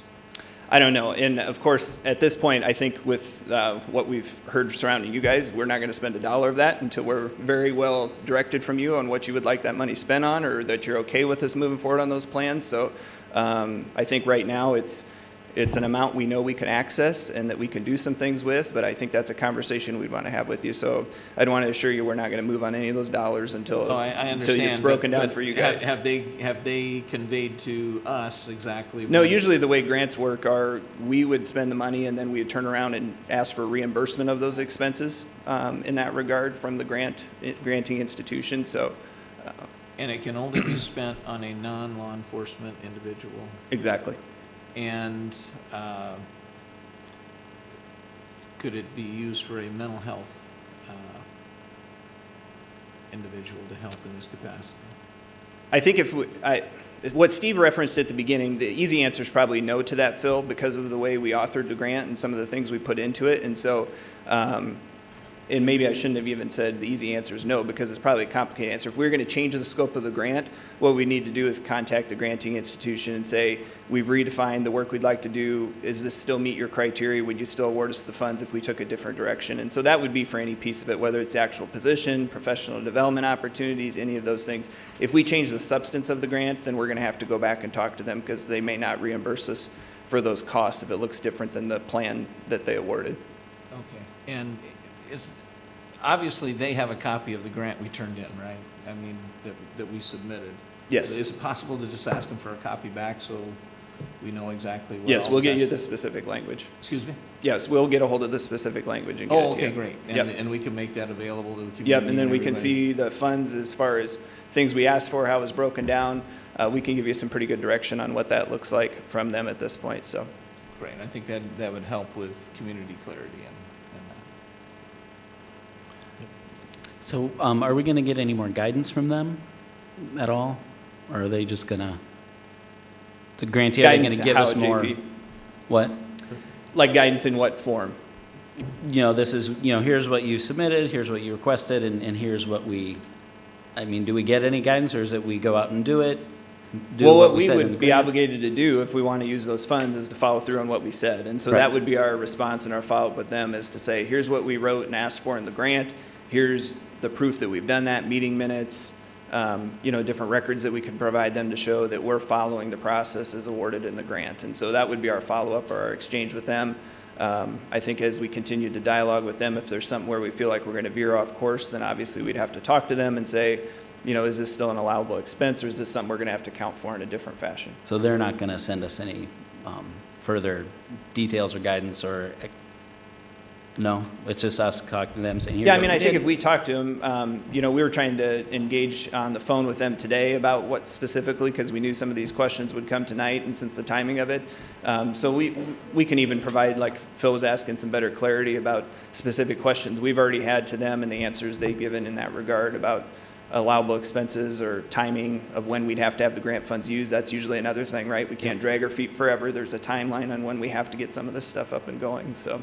And from what I remember, just from what you presented, what's here is definitely under the scope of the grant, paying for a coordinator to do these things at minimum. And maybe some other things we talked about as far as social media and data collection and that sort of thing. But this seems pretty clean as far as what we applied for and what we could potentially spend the money on. I guess my question is what,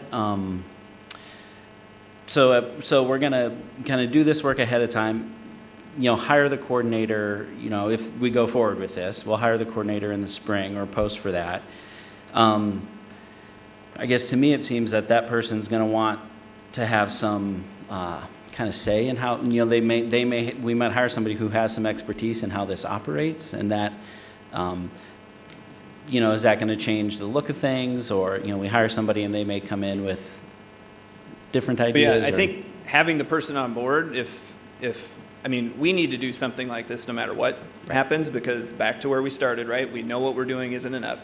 But if we were to have this person on board, of course, we would want them involved in the development of this process and helping us articulate and make connections and really make sure that they were part of that. And so as they're working in that system, if they were part of developing, obviously that'd be a big assistance to us. And so that's where I said the timeline, I think, is something we need to continue to talk about and discuss. But you're right. That they would. Other than that, I really appreciate this. I know, and I get it. And I think I want to point out to the community too that, something like this, you don't want to rush it, and you can't just take something and slap it on our district and say this will work. It is about no matter what model we take, we have to do all of this work, because these are not just titles. These are people who are going to be engaged in this work, and we're going to have to build relationships, and we're going to have to be communicating, and so we want to make sure, even though we need something and it's urgent, at the same time, we want to be careful to do our due diligence and make sure it's going to be something that we've really vetted, and that we have the right, I think, people on board who are going to help us move this forward. So thank you for laying this out. This helps understand. Okay, I'm going to tell a story, and then I have one comment on this. So I think it was after our last board meeting.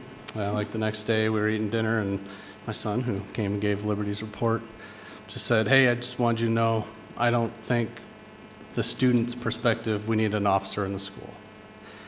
And I, asked him for some more information about that, and we had a nice little chat about it. But then he was asking about, he watches the news. He's one of those kids who likes to watch the news, and he sees people come up here and talking on both sides of it, and he's like, what's going on? Why are there so many people on either side and so committed, right, and so angry at times?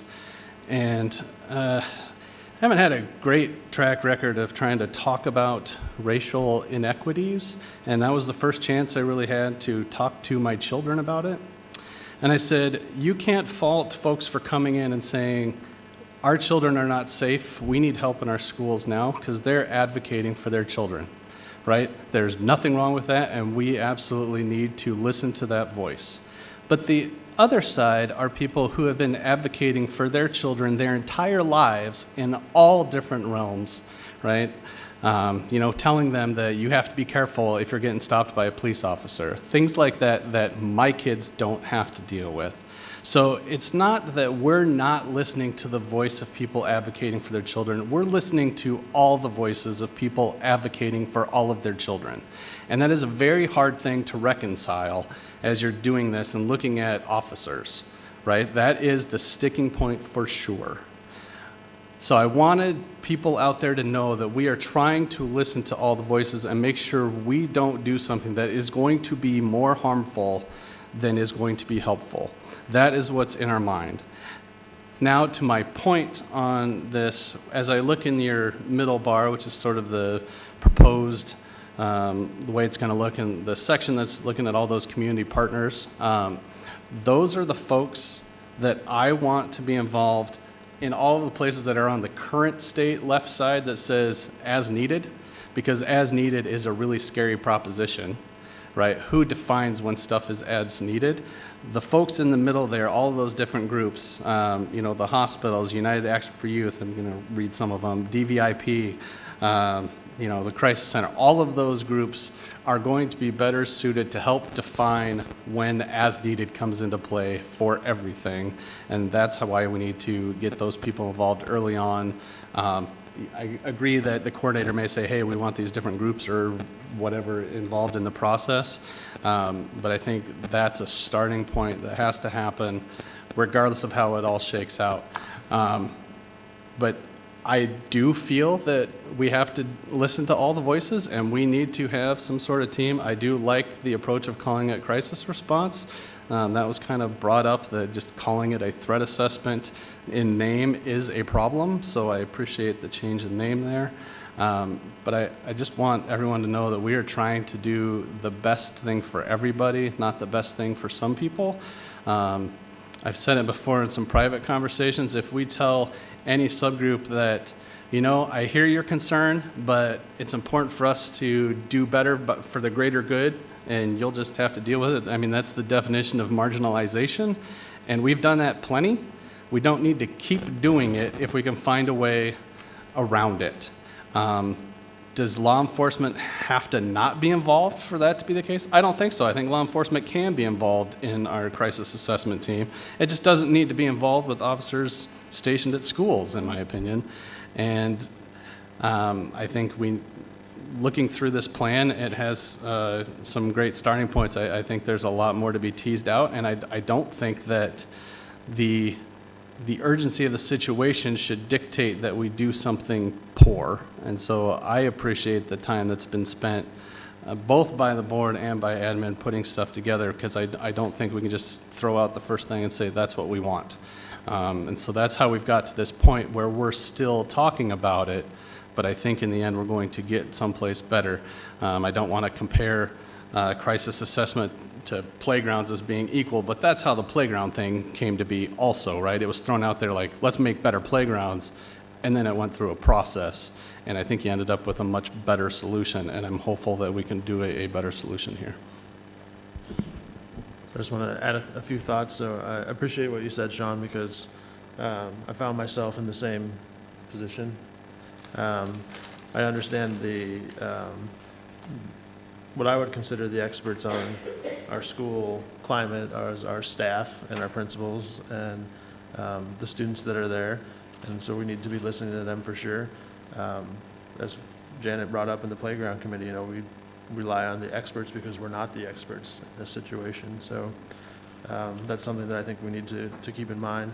I really like the follow-up care part of this discussion that's on here as well, because I've kind of seen it firsthand in some of the situations that we've had happen and I said this the last time, I really didn't think that we necessarily followed up on that and did the follow-up care that was needed in some of those situations.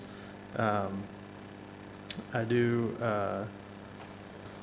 think that this is a good model to look at. I like it.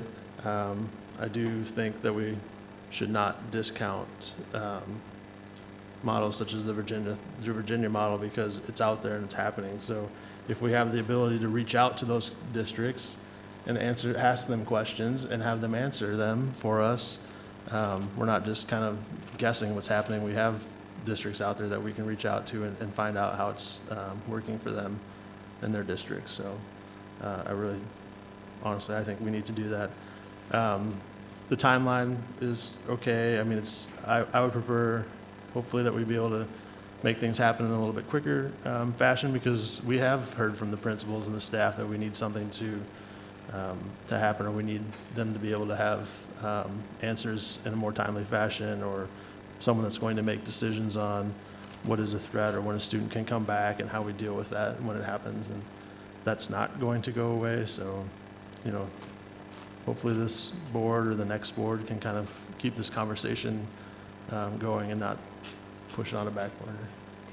Can I ask a specific question? Are we starting from a model? Are we starting with the Virginia model and using that as a basis to start? Because the timeline is appreciated. Thank you, because that transparency of what the steps are and the milestones and how we're going to engage our stakeholders in the community is really important to me, that we're transparent about that process. But the timeline, while it might feel slow, if we're starting from scratch, we'll never get there. So I'm asking a very direct question. Are we starting with a framework, like the Virginia threat assessment model, and then using that as a starting ground, baseline, evidence-based, that then we would use to refine based on specific contextual dimensions of our district? I mean, Exactly. I think that's well Okay. said, Janet. I mean, we'd be ignorant to try to build something from scratch, right? There's research-based models out there.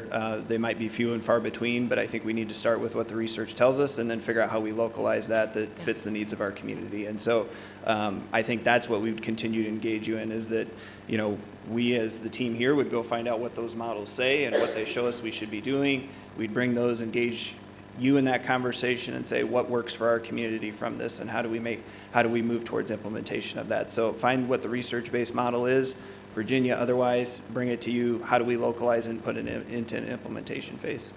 And that localization work, that's where we're engaging our community stakeholders, Exactly. all the folks listed, all these different organizations listed as members of the threat assessment team. But it's hard, you don't want to start from scratch. Here's a proposal. How do we refine it with your input is the concept.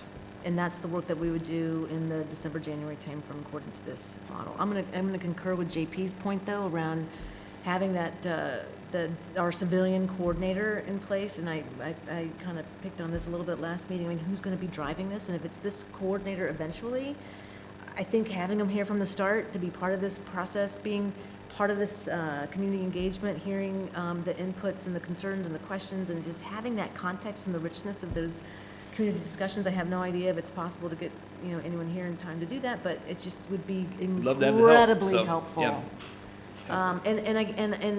And somehow beginning the process of engaging the various groups listed here that we're going to be coming and asking you to participate, just to get it on their radar, so they're expecting that. I mean, December is practically here, it feels like anyway. If we're going to start, and it's a busy time of year, and I mean, we just need to make sure we've got people coming up, knowing what we're doing, having had their thought process. They may need to engage with some of their constituents and members to get their input to come to our meetings. I mean, this is a robust process that we're trying to do. I think it's actually kind of fast, actually, to get that kind of community engagement. And I agree with the sense of urgency. We can't sit still, because every minute we wait, we're just responding ad hoc without these protocols in place. But this is a robust process. We need to make sure we set expectations, people carve out the time, they do their homework, they're ready to engage, and we're ready to engage and listen and respond.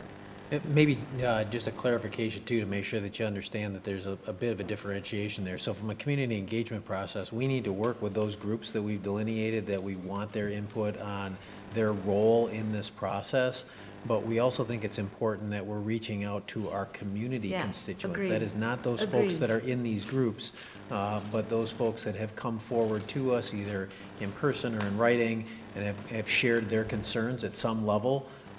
Because, and you're right, and we talked at length about the fact that this timeline could appear to be relatively drawn out, and we can certainly work to compress that. But at the same time, we didn't want to present to you a timeline which appeared to have an inadequate opportunity for us not only to engage the formal organizations that are in there, but reach out to informal groups of community members to understand where they're at as we move through the process, so that when there is a formal adoption of a process, that they feel like they've had adequate input at each step along the way. And that's what I'm asking for, taking this to the next level of detail in terms of, who those groups are, how we're going to engage, where are we going to engage with them. And I'm assuming we're not going to be asking folks to come to work sessions. So how are we getting out and engaging and going to their venues to have that really good, robust conversation? We also didn't want to make an assumption on your intent to move forward with the grant, so you'll see that obviously we've got the hiring of the coordinator towards the end, and again, there's plenty of opportunity for us to accelerate components of this plan based on the board's receptivity to it and their interest in moving forward. Yeah, I think, go ahead, please. Yes, I know we have grant money, and I'm assuming that we will use that for the coordinator, but at the same time, we know we need this. So I think we need to have that discussion of paying for that. I mean, we have the grant money, but not, my biggest problem is the hiring of, the identification of a coordinator to get us moving along with the crisis team. I mean, we know we have the money now, that's great, but at the same time, when that money goes away, this need doesn't go away. Long-term plan for it, right? So the thought is we should be planning that this is something we need. We are going to move forward on. So how do we make that work, even knowing that we have, I mean, I don't know if we need to have that discussion earlier. Like, to me, it just seems like we're talking about spending money that we know we still need to spend. Yeah, fair Well, I think enough. what we have I to don't do, know if that Regina, is makes just target sense. it long-term, yeah. Yeah, it's, I mean, if we can use the grant money to jumpstart the process, help accelerate all the stuff that's listed here, then the implementation plan. And then as we're budgeting for next fiscal year, we make sure we've got budget for a sustainable model for this role in the district going forward. That's what I was going to say, absolutely. Matt, talked about the grant being there at the beginning, and then as we do our budget projections every year, when we have the grant money, we put it there, but then as we look at the out years, it's something is now a known cost. It's not something that's new, and so Leslie does his magic with the spreadsheets, and we see it as a line item, but then we just have to figure out what the funding source is behind it, and it's a priority. And so as long as we can look at it long term and make it sustainable, knowing now when we have the grant money available will help us to do some of that long term planning for it. The other piece I'd add on the coordinator is, I think, and Matt mentioned a work session, it's important to get enough pieces from the board around what the vision for that position is before we go out and seek somebody for that. Because if that vision's not out there and we let a job description lead the way, it might provide the wrong message to the community about maybe what we're looking for. It might provide the wrong message to potential candidates about what we're looking for.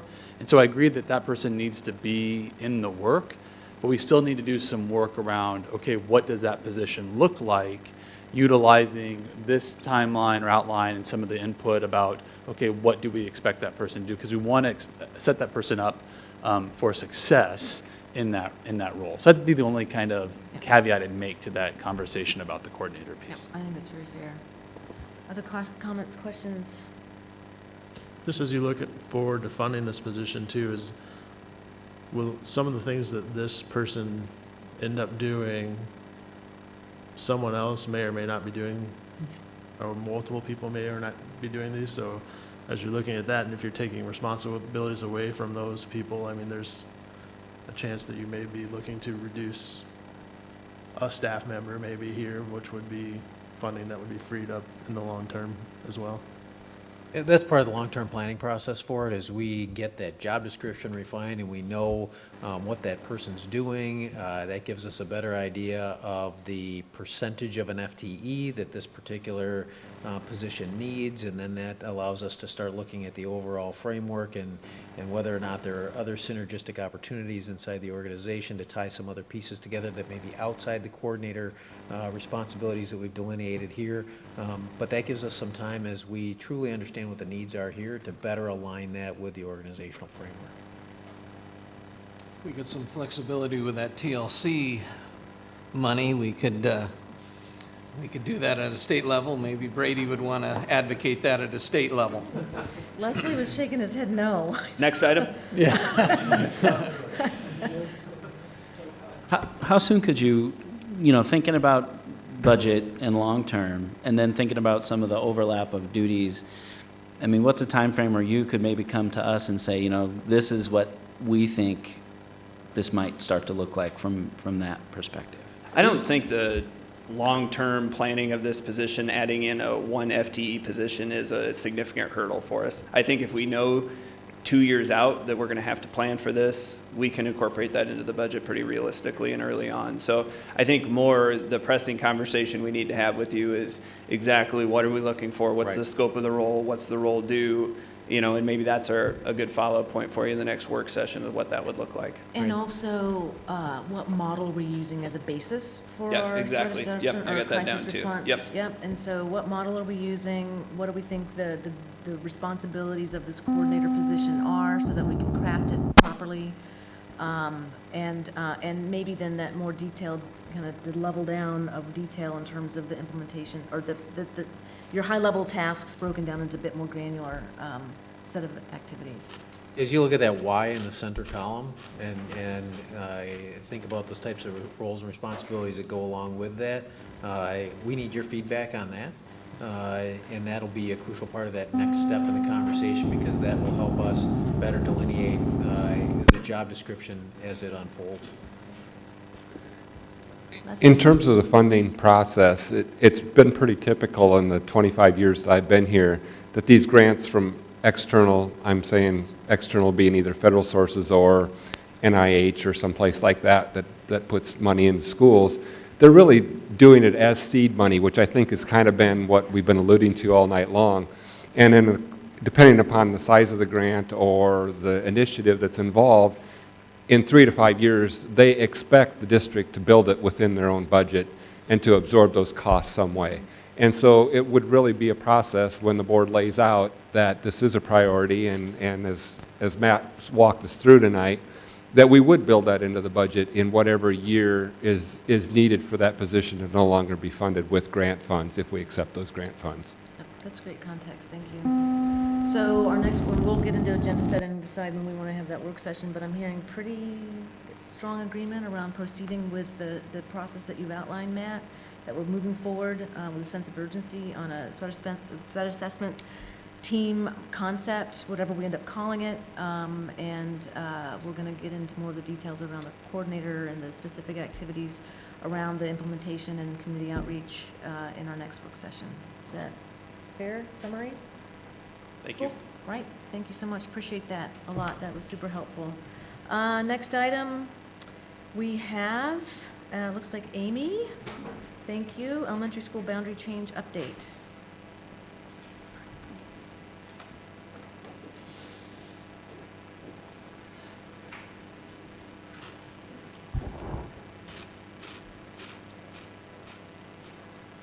Good evening, everyone. As we transition to this new topic, this is really kind of the outcomes that we were hoping that we would see with good planning and preparation. So when I think about what we were doing 12 months ago, we were attending a lot of Tuesday night and some Thursday night meetings where we were engaging the community only around a whole different topic, right? I tried to do some quick math to see, what was the overall number of students that we were moving. And when I look back at our December data poll, and I think about our current 1st through 6th graders, we were talking about roughly 1,600 students that we were transitioning. And while that sounds like a huge number, we'll have to remember that we had the opening of New Hoover and Grant. And so roughly 800 or 50% of that total number, 1,600, we're going to need to move because of the opening of those buildings. But when I think about that, there was a lot of planning and preparation, and I know Director Rotland asked specifically about the before and after school programming and the transportation piece. I was reminded as I was asking Kim to load the elementary roadmap, there's several departments, several directors, community members. There's such a heavy lift, and this is a great example of when a lot of different people from different facets come together, good things can happen. We spent some time up front once we had that data pull in December with our BASP directors, several meetings kind of planning for prescribing, setting some prescriptions in place for, how would we prioritize for our families. And as much as possible, we wanted to make sure everybody had a home in this transition. And you can see in my report tonight that we did a really decent job of that. And currently today, when I think about across our 21 buildings, 8 have a wait list, so that's not unheard of. But who on those wait lists would have been kiddos sitting in our other attendance centers last year? And they reside in 2 of our schools and only represents 4 students unable to get in. So I anticipated that you might ask, well, why and what happened, and did they have the information on time? And I'm either have been assured that on the director's end, the sending director's end, or the SFAs in the buildings were, working fairly closely with those families. And for one reason or another, they decided not to enroll during that time period. So these were either late enrollments, or they thought maybe they were going to get a voluntary transfer exception.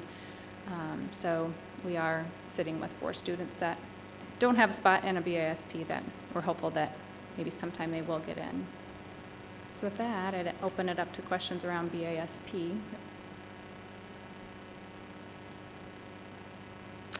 Hearing none.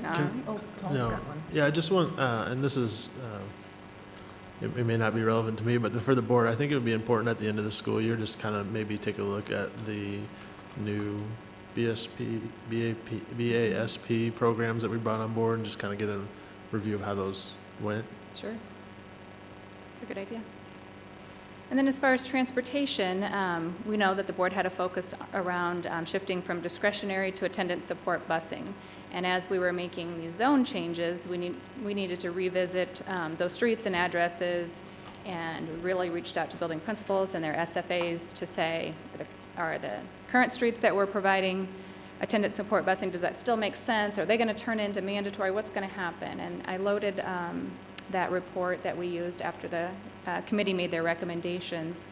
And at that time, we could see in there that we had been using 14 bus routes. We're also in the midst of having conversation around the budget and thinking about whether we could eliminate any routes. But we heard loud and clear that that was a hard stop for the board, and we knew we needed to keep it at 14. In doing so, we also recognized that we were going to ask Southeast to take away one of their routes. And as we shared that with the board, that was another hard stop. And so we knew that we were not only have 14, but we needed to have 15. But you see there tonight that we moved from 14 attendant support busing routes, or a combination thereof, to 15.5. And a little bit of that actually does still have to do with the Southeast conversation that we're having, and having more students than originally anticipated coming out of there. So we actually went from 15 to 15.5. But overall, you can see ridership is down slightly, and you think about, well, why might that be the case? So maybe we had the attendance zone changes were helpful with that. You have the opening of Grant Elementary, where you've got several kids now just walking to school instead of being bused. And then, of course, we don't have to bus to the transitional schoolhouse.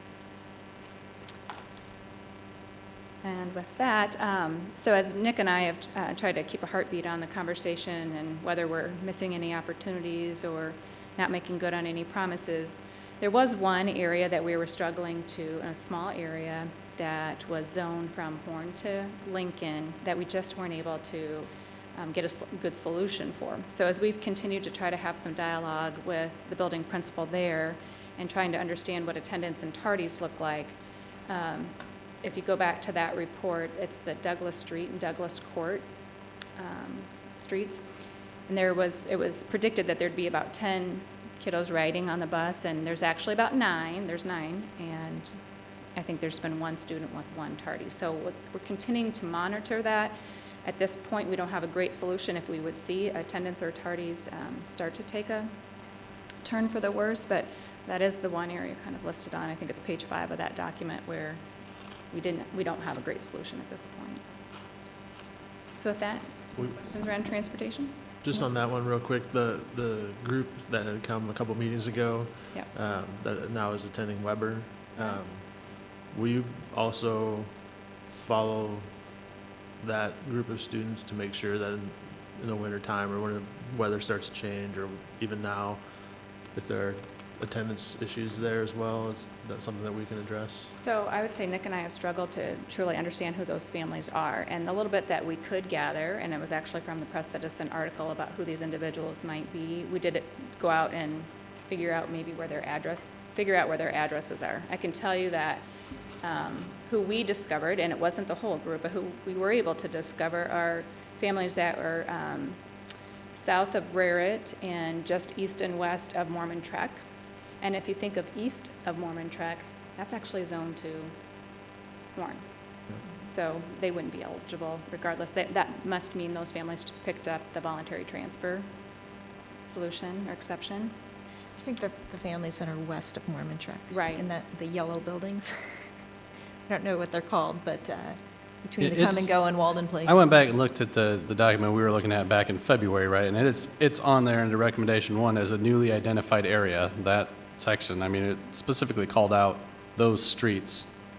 So it was on there, and it was listed as low priority along with several other ones, and it says most have a pay-to-ride option. So I guess that's my question is, do they have a pay-to-ride option in that area or not? So north of Mormon Trek has the pay-to-ride option as you get just a little bit farther off of North Mormon Trek. Can't speak to the streets exactly. It's the McKinley, Rushmore, Rainier, Cascade. It's listed on page 7 of the original doc for the kids attending Weber under recommendation 1 as I think it's even past that part, but It's south of Raritt and west of Is this the page? you're thinking? Mormatrek. No, Keep it's going. farther down. Yeah, yeah. It's I think like the next to the last page in it. Keep going. Yeah. It's down from Walden Place. Right there. Right there. Where it So says Weber. the Weber section that's the group of people that came and spoke to us. They're from that area for Weber. Okay. And so, like I said, it says in the little header up there that most have a paid ride option, so I guess that's I would like to know if they have an option or not at that spot. We can check on that. And then somehow I need a reminder of how that process works. We have like a gradated along with like FRL matches the pay to ride fees and things like that, and they pay a semester at a time or a trimester. I guess we have trimesters. We can Still boggles my mind. and bring you that. I mean, not only about that area, but then a general overview of pay per ride, if that's something the I board would. appreciate that. So I'm just going to add in here, Amy, I am really thrilled to see that our bus routes went from 84 to 81. When we were discussing our boundaries, that was one of the pieces of feedback that we got, is that we're increasing busing, and look at that, we didn't. And we opened 2 elementary schools, and I just think that's phenomenal. I think that really, for me, it shows that we worked well with the information you guys gave us and with the information the community gave us to find routes or find assignments for neighborhoods that worked well. So I'm really pleased to see that. I am concerned that there might be kids that are struggling, and you've hit on the group that I was thinking about. And I served on the transportation committee when that met in the past, and I might just recommend that possibly there be a reprisal of the transportation committee at some point, not for ongoing meetings, but just for the student family advocates to get together and say, hey, is everything going well? Are there things we need to know about? And because maybe there's other things too that we don't know about. Here, this is focused on transportation, BSP, but are there other things too? So. Well, when I think back to when this group originally convened, it was based on the attendance and tardies at that time. And so until we had kids in seats, it was going to be hard for us to tell, where are our hot spots? So have we covered them all? It's really hard to tell now that we've got that in place for them, but we could certainly have that conversation around, where are our kids originating from that are continuing to struggle. Yeah. Any other questions? Thanks, everyone. Okay, appreciate that. So now we're moving to the secondary voluntary transfer process. And is that, who's taking that one, Matt? You want me to jump in? Yeah, Ready? please. All right, so what you have in front of you there tonight regarding voluntary transfers, I need to explain the data to you a little bit. Those are just transfers approved for this school year. So there's a few problems with us trying to go back and collect transfer data from previous years. Some of those would be knowing if a student still lives at the address that qualified them for a transfer in the first place. We'd have to go to each individual student record. And so there really wouldn't be integrity surrounding that data. So I know there was like a community question today surrounding what was going on with 7th and 8th grade transfers at Northwest Junior High in particular. That the 8th grade numbers are so significantly lower because that's just transfer requests for this year. So most of those students that are on a transfer at Northwest Junior High that are 8th grade students would have applied last year as 7th graders, right? So that number theoretically is higher than 11, right? We have more than 11 students at 8th grade at Northwest Junior High that are on a transfer. It's just not reflected in this data. Are you following me on that? Mm-hmm. Okay. And so what you have there then is the summary of all the requests we approved this year. Overall at the junior high there, you see North Central is down 52 students, primarily because of that Kirkwood attendance area, right? A lot of them are voluntary transferring into Northwest Junior High. Let me get back to the chart on my screen. Northwest Junior High then is up 40 students, primarily for the same reason, and Southeast is up 12 students. So almost a wash there with Southeast. And then Kristen, if you could go down to the high school one. And then for the high school catchment areas, charts presented in the same way with students from the 3 comprehensive attendance centers, City, Liberty, and West, and then the horizontal part of the graph shows receptions into those campuses. So again, City, Liberty, West being the biggest recipient of those transfers. And then, of course, remember that Liberty, we've had transfers closed in, and so the ones you see there would be medical exceptions or other, I guess primarily medical exceptions, really the only reason we're looking at approving transfers in to Liberty High School at this time. And so think we've you got see the different grade levels a approved few there. good cause exceptions. Remember, you use the state open enrollment process, so Oh, thanks, Steve. Yep. Yeah, bullying and harassment's one of those categories. I know we've had a couple of those too. So that's kind of the overview of the numbers, and I know last time you guys had some conversation about what you wanted to do as far as the practice standpoint. It's been pretty wide open for us at the secondary with only the real rules limiting Liberty High School's reception of transfers in or open enrollments in. No open enrollment data is reflected in the sheet you have here tonight. But that's probably the other thing just to keep in mind as you have the conversation is how to handle open enrollments into there. So I can answer any questions on the data. Or Well, I had one question, but you may have answered it with saying that it's kind of hard to have fidelity over previous year's numbers, because as we did get that email and I was kind of positing what would make for different changes. I was wondering, because we did carve out a couple of sections from Kirkwood and they ended up at other schools that would end up at Northwest anyway, so I was trying to figure out if we were dropping then folks that were scheduled to go North Central, Northwest by that's they're kind of no where I was longer going with scheduled the to go North address Central. comment, right? I mean, But- they might have applied and been approved for a transfer last year, not even needed one this year based on some of those address changes with the reorganization of the boundaries. So And sorry then- to cut you off, Sean. Well, Also yeah, not on- the only other question I had was, there's 38 going into Liberty and it's closed, so I assume it was for good cause things, but I just wanted to hear it and you already answered it. So those are the questions I had just When from you looking look at the at numbers. past data too, I think it's important to recognize that lots of times as parents look at transitioning residents, they'll frequently apply for a voluntary transfer in advance of a move to a new residence, and especially if it's at a 9th grade year, a 7th grade year, they're looking at that continuity for their student at the secondary level. So if they anticipate that, and that's one of those conversations that we had, hard to go back and look because we literally have to peel through every student's record to see, did they move into the attendance area? Are they still considered voluntary transfer? Because remember, once they get in there, we allow them to stay and finish that time. So I guess, now I'm thinking about it, I have one more question. If we, is there a way to look at these numbers and find out how many of them are for good cause exceptions? Because I think the whole idea was having these numbers is as we craft whatever policy we're going to have, we want to know how many it's affecting, and I would assume we're going to have good cause exceptions anyway. So I don't know, if you look at the total 282 students, how many of those would meet good cause exceptions? We and might be then able to how break many it down would building meet to other- building, just from a identifiable standpoint, but we could certainly tell you how many at the junior high and the high school level are good cause exceptions, because we do track those. Well, I and remember, think the it's only fine. one that really had to go through any hoops to get approved was the Liberty High students, right? The rest of them, as long as they applied by the deadline, it's an open door.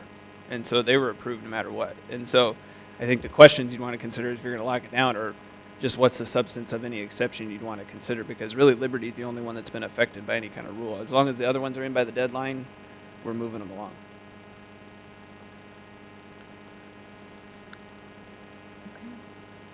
Anything else on this one? I know this was baseline data that we wanted to have in our hip pockets as we start thinking about, transfer policy going forward at the secondary level. So I think that's probably a topic for a future work session, using this baseline data. Yeah, I think at some point we're going to end up with a nice little document like we have at the elementary level. It's going to say, here's the rule.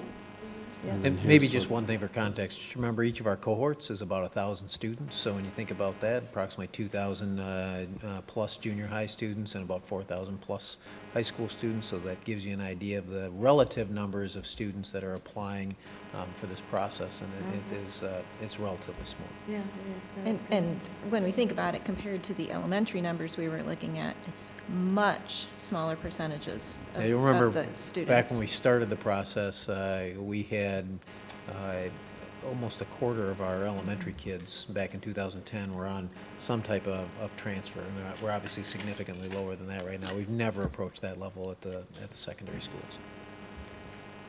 That's, I mean, it's super helpful. That context is really helpful. Is there anything else on this topic? All right, thank you so much. That was, appreciate it. We are now moving into our final portion, Director Liaison Report. Anything directors would like to comment on? Just like to make a quick comment. Sean and I were able to make the midday ribbon cutting for the homeschool assistance program, and the facility that they're using over there is the Sixplex, and they seem that the parents that I talked to there were very happy with the space. The family room that they have in that very first space, which was much improved over the hallways that they had to use at Roosevelt, and the kids that were there seemed super excited. They were very happy to be able to be located next to the Shimmick Elementary, and I thought the two were working together well, and sharing the facilities as well. And with that being said, that was the last ribbon cutting for the kind of the openings, and it's exciting to see some of the other work that's continuing to go on at the other schools that are mid-year, and then being up at City High just today, and there's, it started. I mean, those tennis courts are done. There's fencing up. I mean, it's happening finally. So that's kind of exciting to see that process is moving forward as well. Yeah, I'd like to say something about the homeschool assistance program ribbon cutting. When we were there, they probably still have cake left. There was a lot of cake, but the spaces were big, like very big for the number of students in it. And the one thing that struck me is as we were sort of standing around in the one room that had the cake in it, teacher came in and said, "All right, who wants to go do some science?" And about half the kids jumped up and ran out of the room to go do science. And a few minutes later, somebody says, "All right, who wants to have a dance party?" And the rest of the kids ran out of the room to go have a dance party. And I was torn between the two, so I just left. Actually, Sean chose cake. I did choose cake. Yeah. There was a lot of cake. But I did want to say something about the man ribbon cutting that several people were at, because I was thinking about it when we were talking about playgrounds, because I know one of the fears is we were taking a long time to get to our recommendations that we were going to be putting in just subpar playgrounds. The one at Man, it's pretty remarkable. The surface on it is pretty incredible. The hard surface area with all of the different games painted on it, it's pretty cool. And in a very small space that they had to work with. That was a really nice playground, and the building is and there's also around the corner, if you didn't see it, on the west side of the building, there's some picnic tables over there.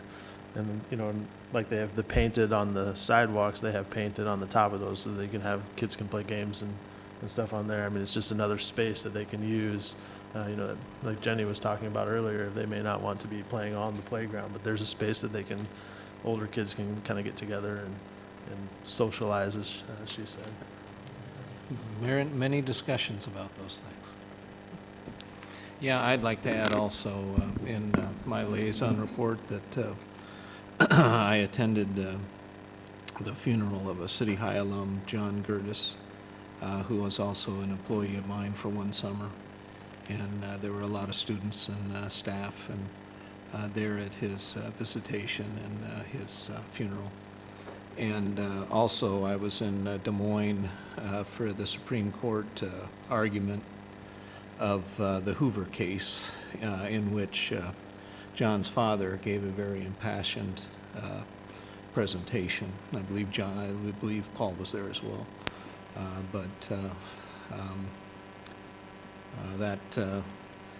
That's something that when we get into agenda discussing, there'll be some other things we can do at that point. Thank you, Phil. Anything else from directors?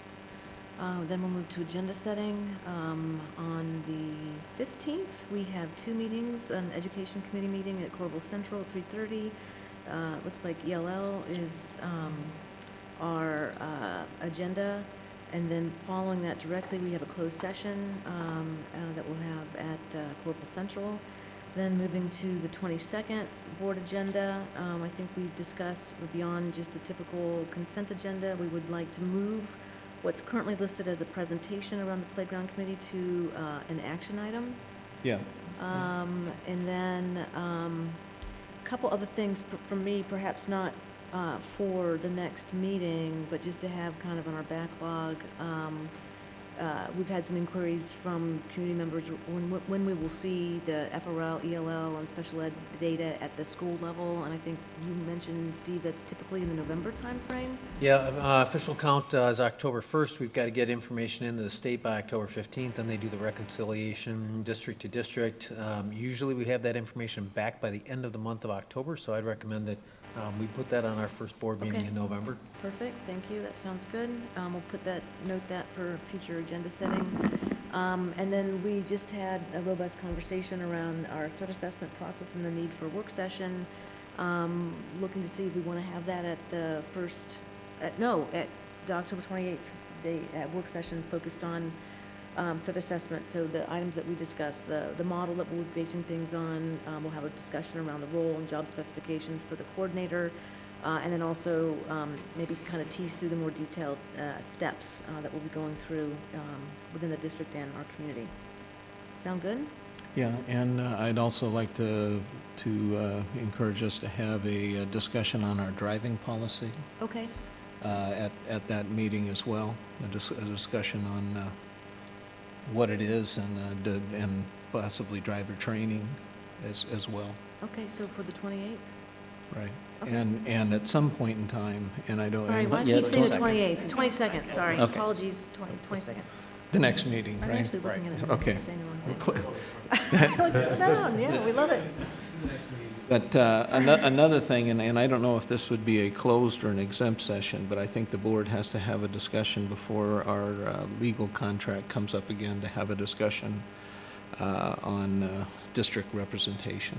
I think that's an annual process, and we need to. Well, but I think we need to have it sooner than later, and whether it's because that's coming up. When is that?